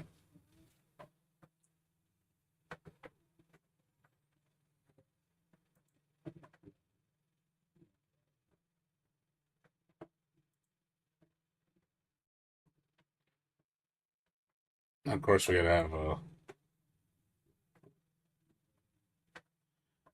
have a Rabi-Ribi anime. That'll never happen. That'll never happen. There will never be a Rabi-Ribi anime.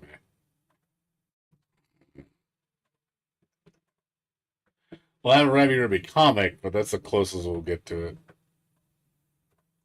it. Now, I would like a physical copy of the comic. I would, just to have it. There's actually not that much hentai of Rabi-Ribi, but this is the actual comic. Like, they do have an English one. Yeah, I would like an actual printout of the English one if they ever made one. If they actually made a physical book of all the comic strips, I would like to own it in color.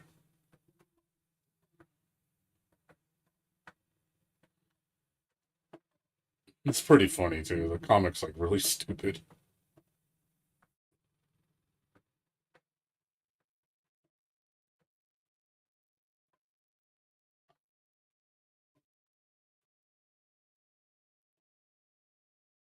Oh really?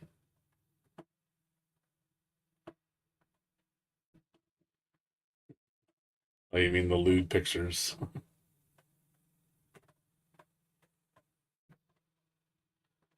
There you go. That's what I need to bring. Just have my if I could bring home the complete Rabi-Ribi collection, just have everything Rabi-Ribi merch. That would be nice to have all that. I want a poster. I would love to have all this, just to have it. Dumb Maku pillow and all that. Yeah, just the ultimate physical collection. That's like everything Rabi-Ribi. Plus the acrylic stands.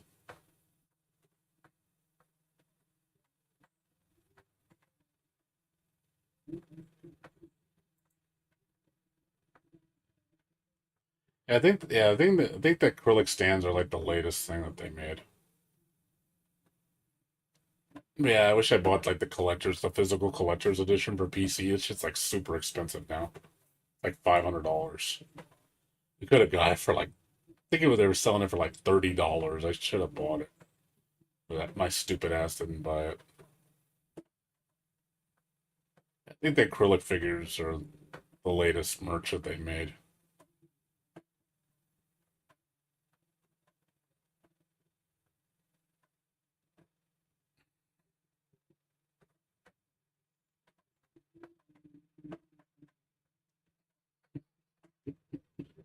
picture. It was great. It's just great.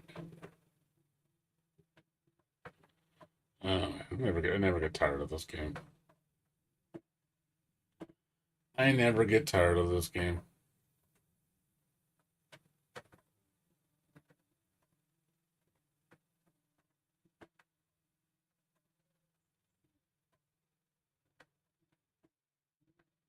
Too funny.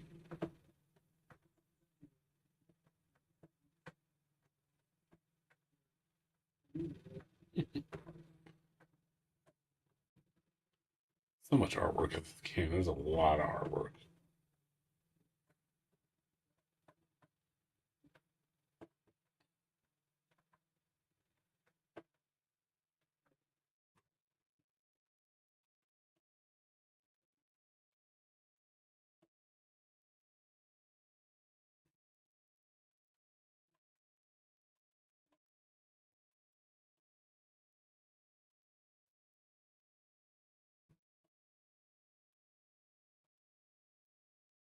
What did it say on the easy mode?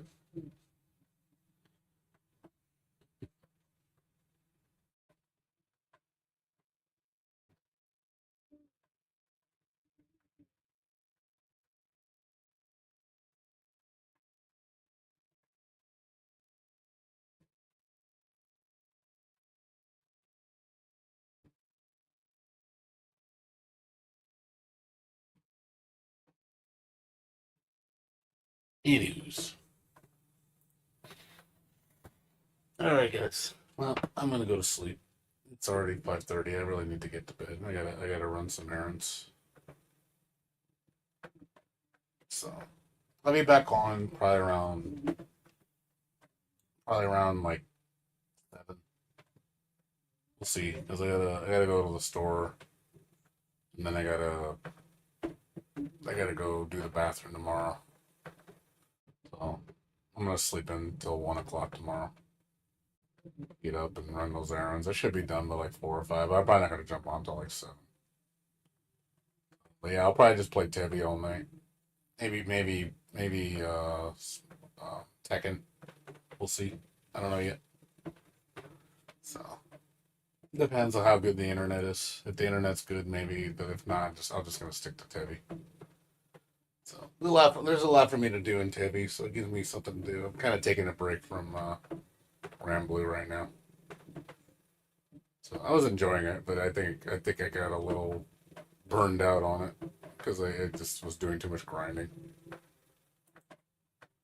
So yeah, I think that'll be what's on tomorrow, just later today.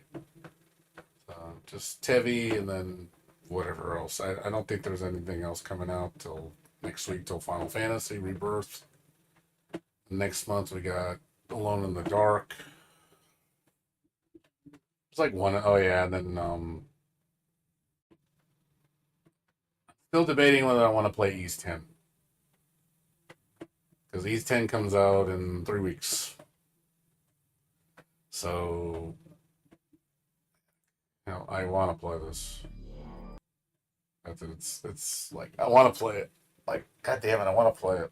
Even though it's not going to be in English, I don't. I just like fuck. Do I wait to September or do I fucking play it next month?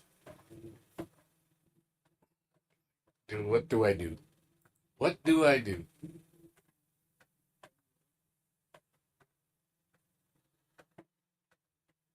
Like decisions. What do I do? Do I wait till September or do I play it now? Play it next month.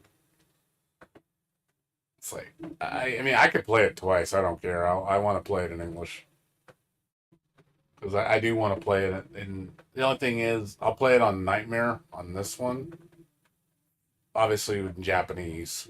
And then when it comes out in English, I'll play it in Inferno difficulty with the English dub, and then I can actually understand the story. Nightingale, I heard it wasn't that good.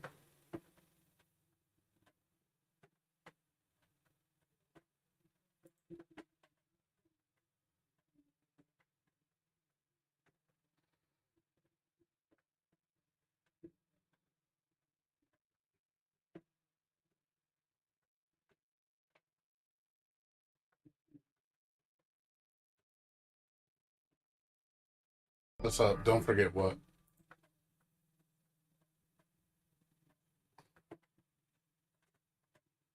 I'm just saying. I heard. That's what I heard. Again, it's just from reviews. What I've looked at, Steam reviews and stuff. It doesn't mean it's true. I'm just saying I haven't heard good things about it. It's not a game I was particularly interested in.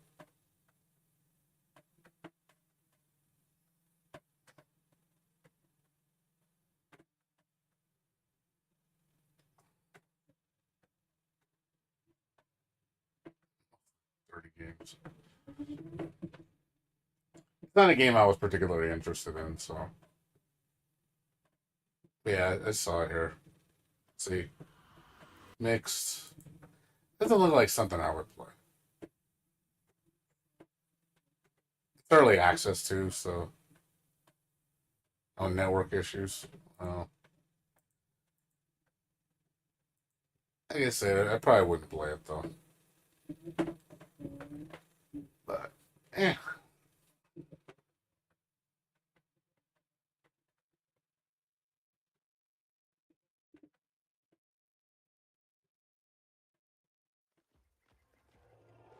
But it seemed mixed reviews. It's like not exactly positive, but that's just me.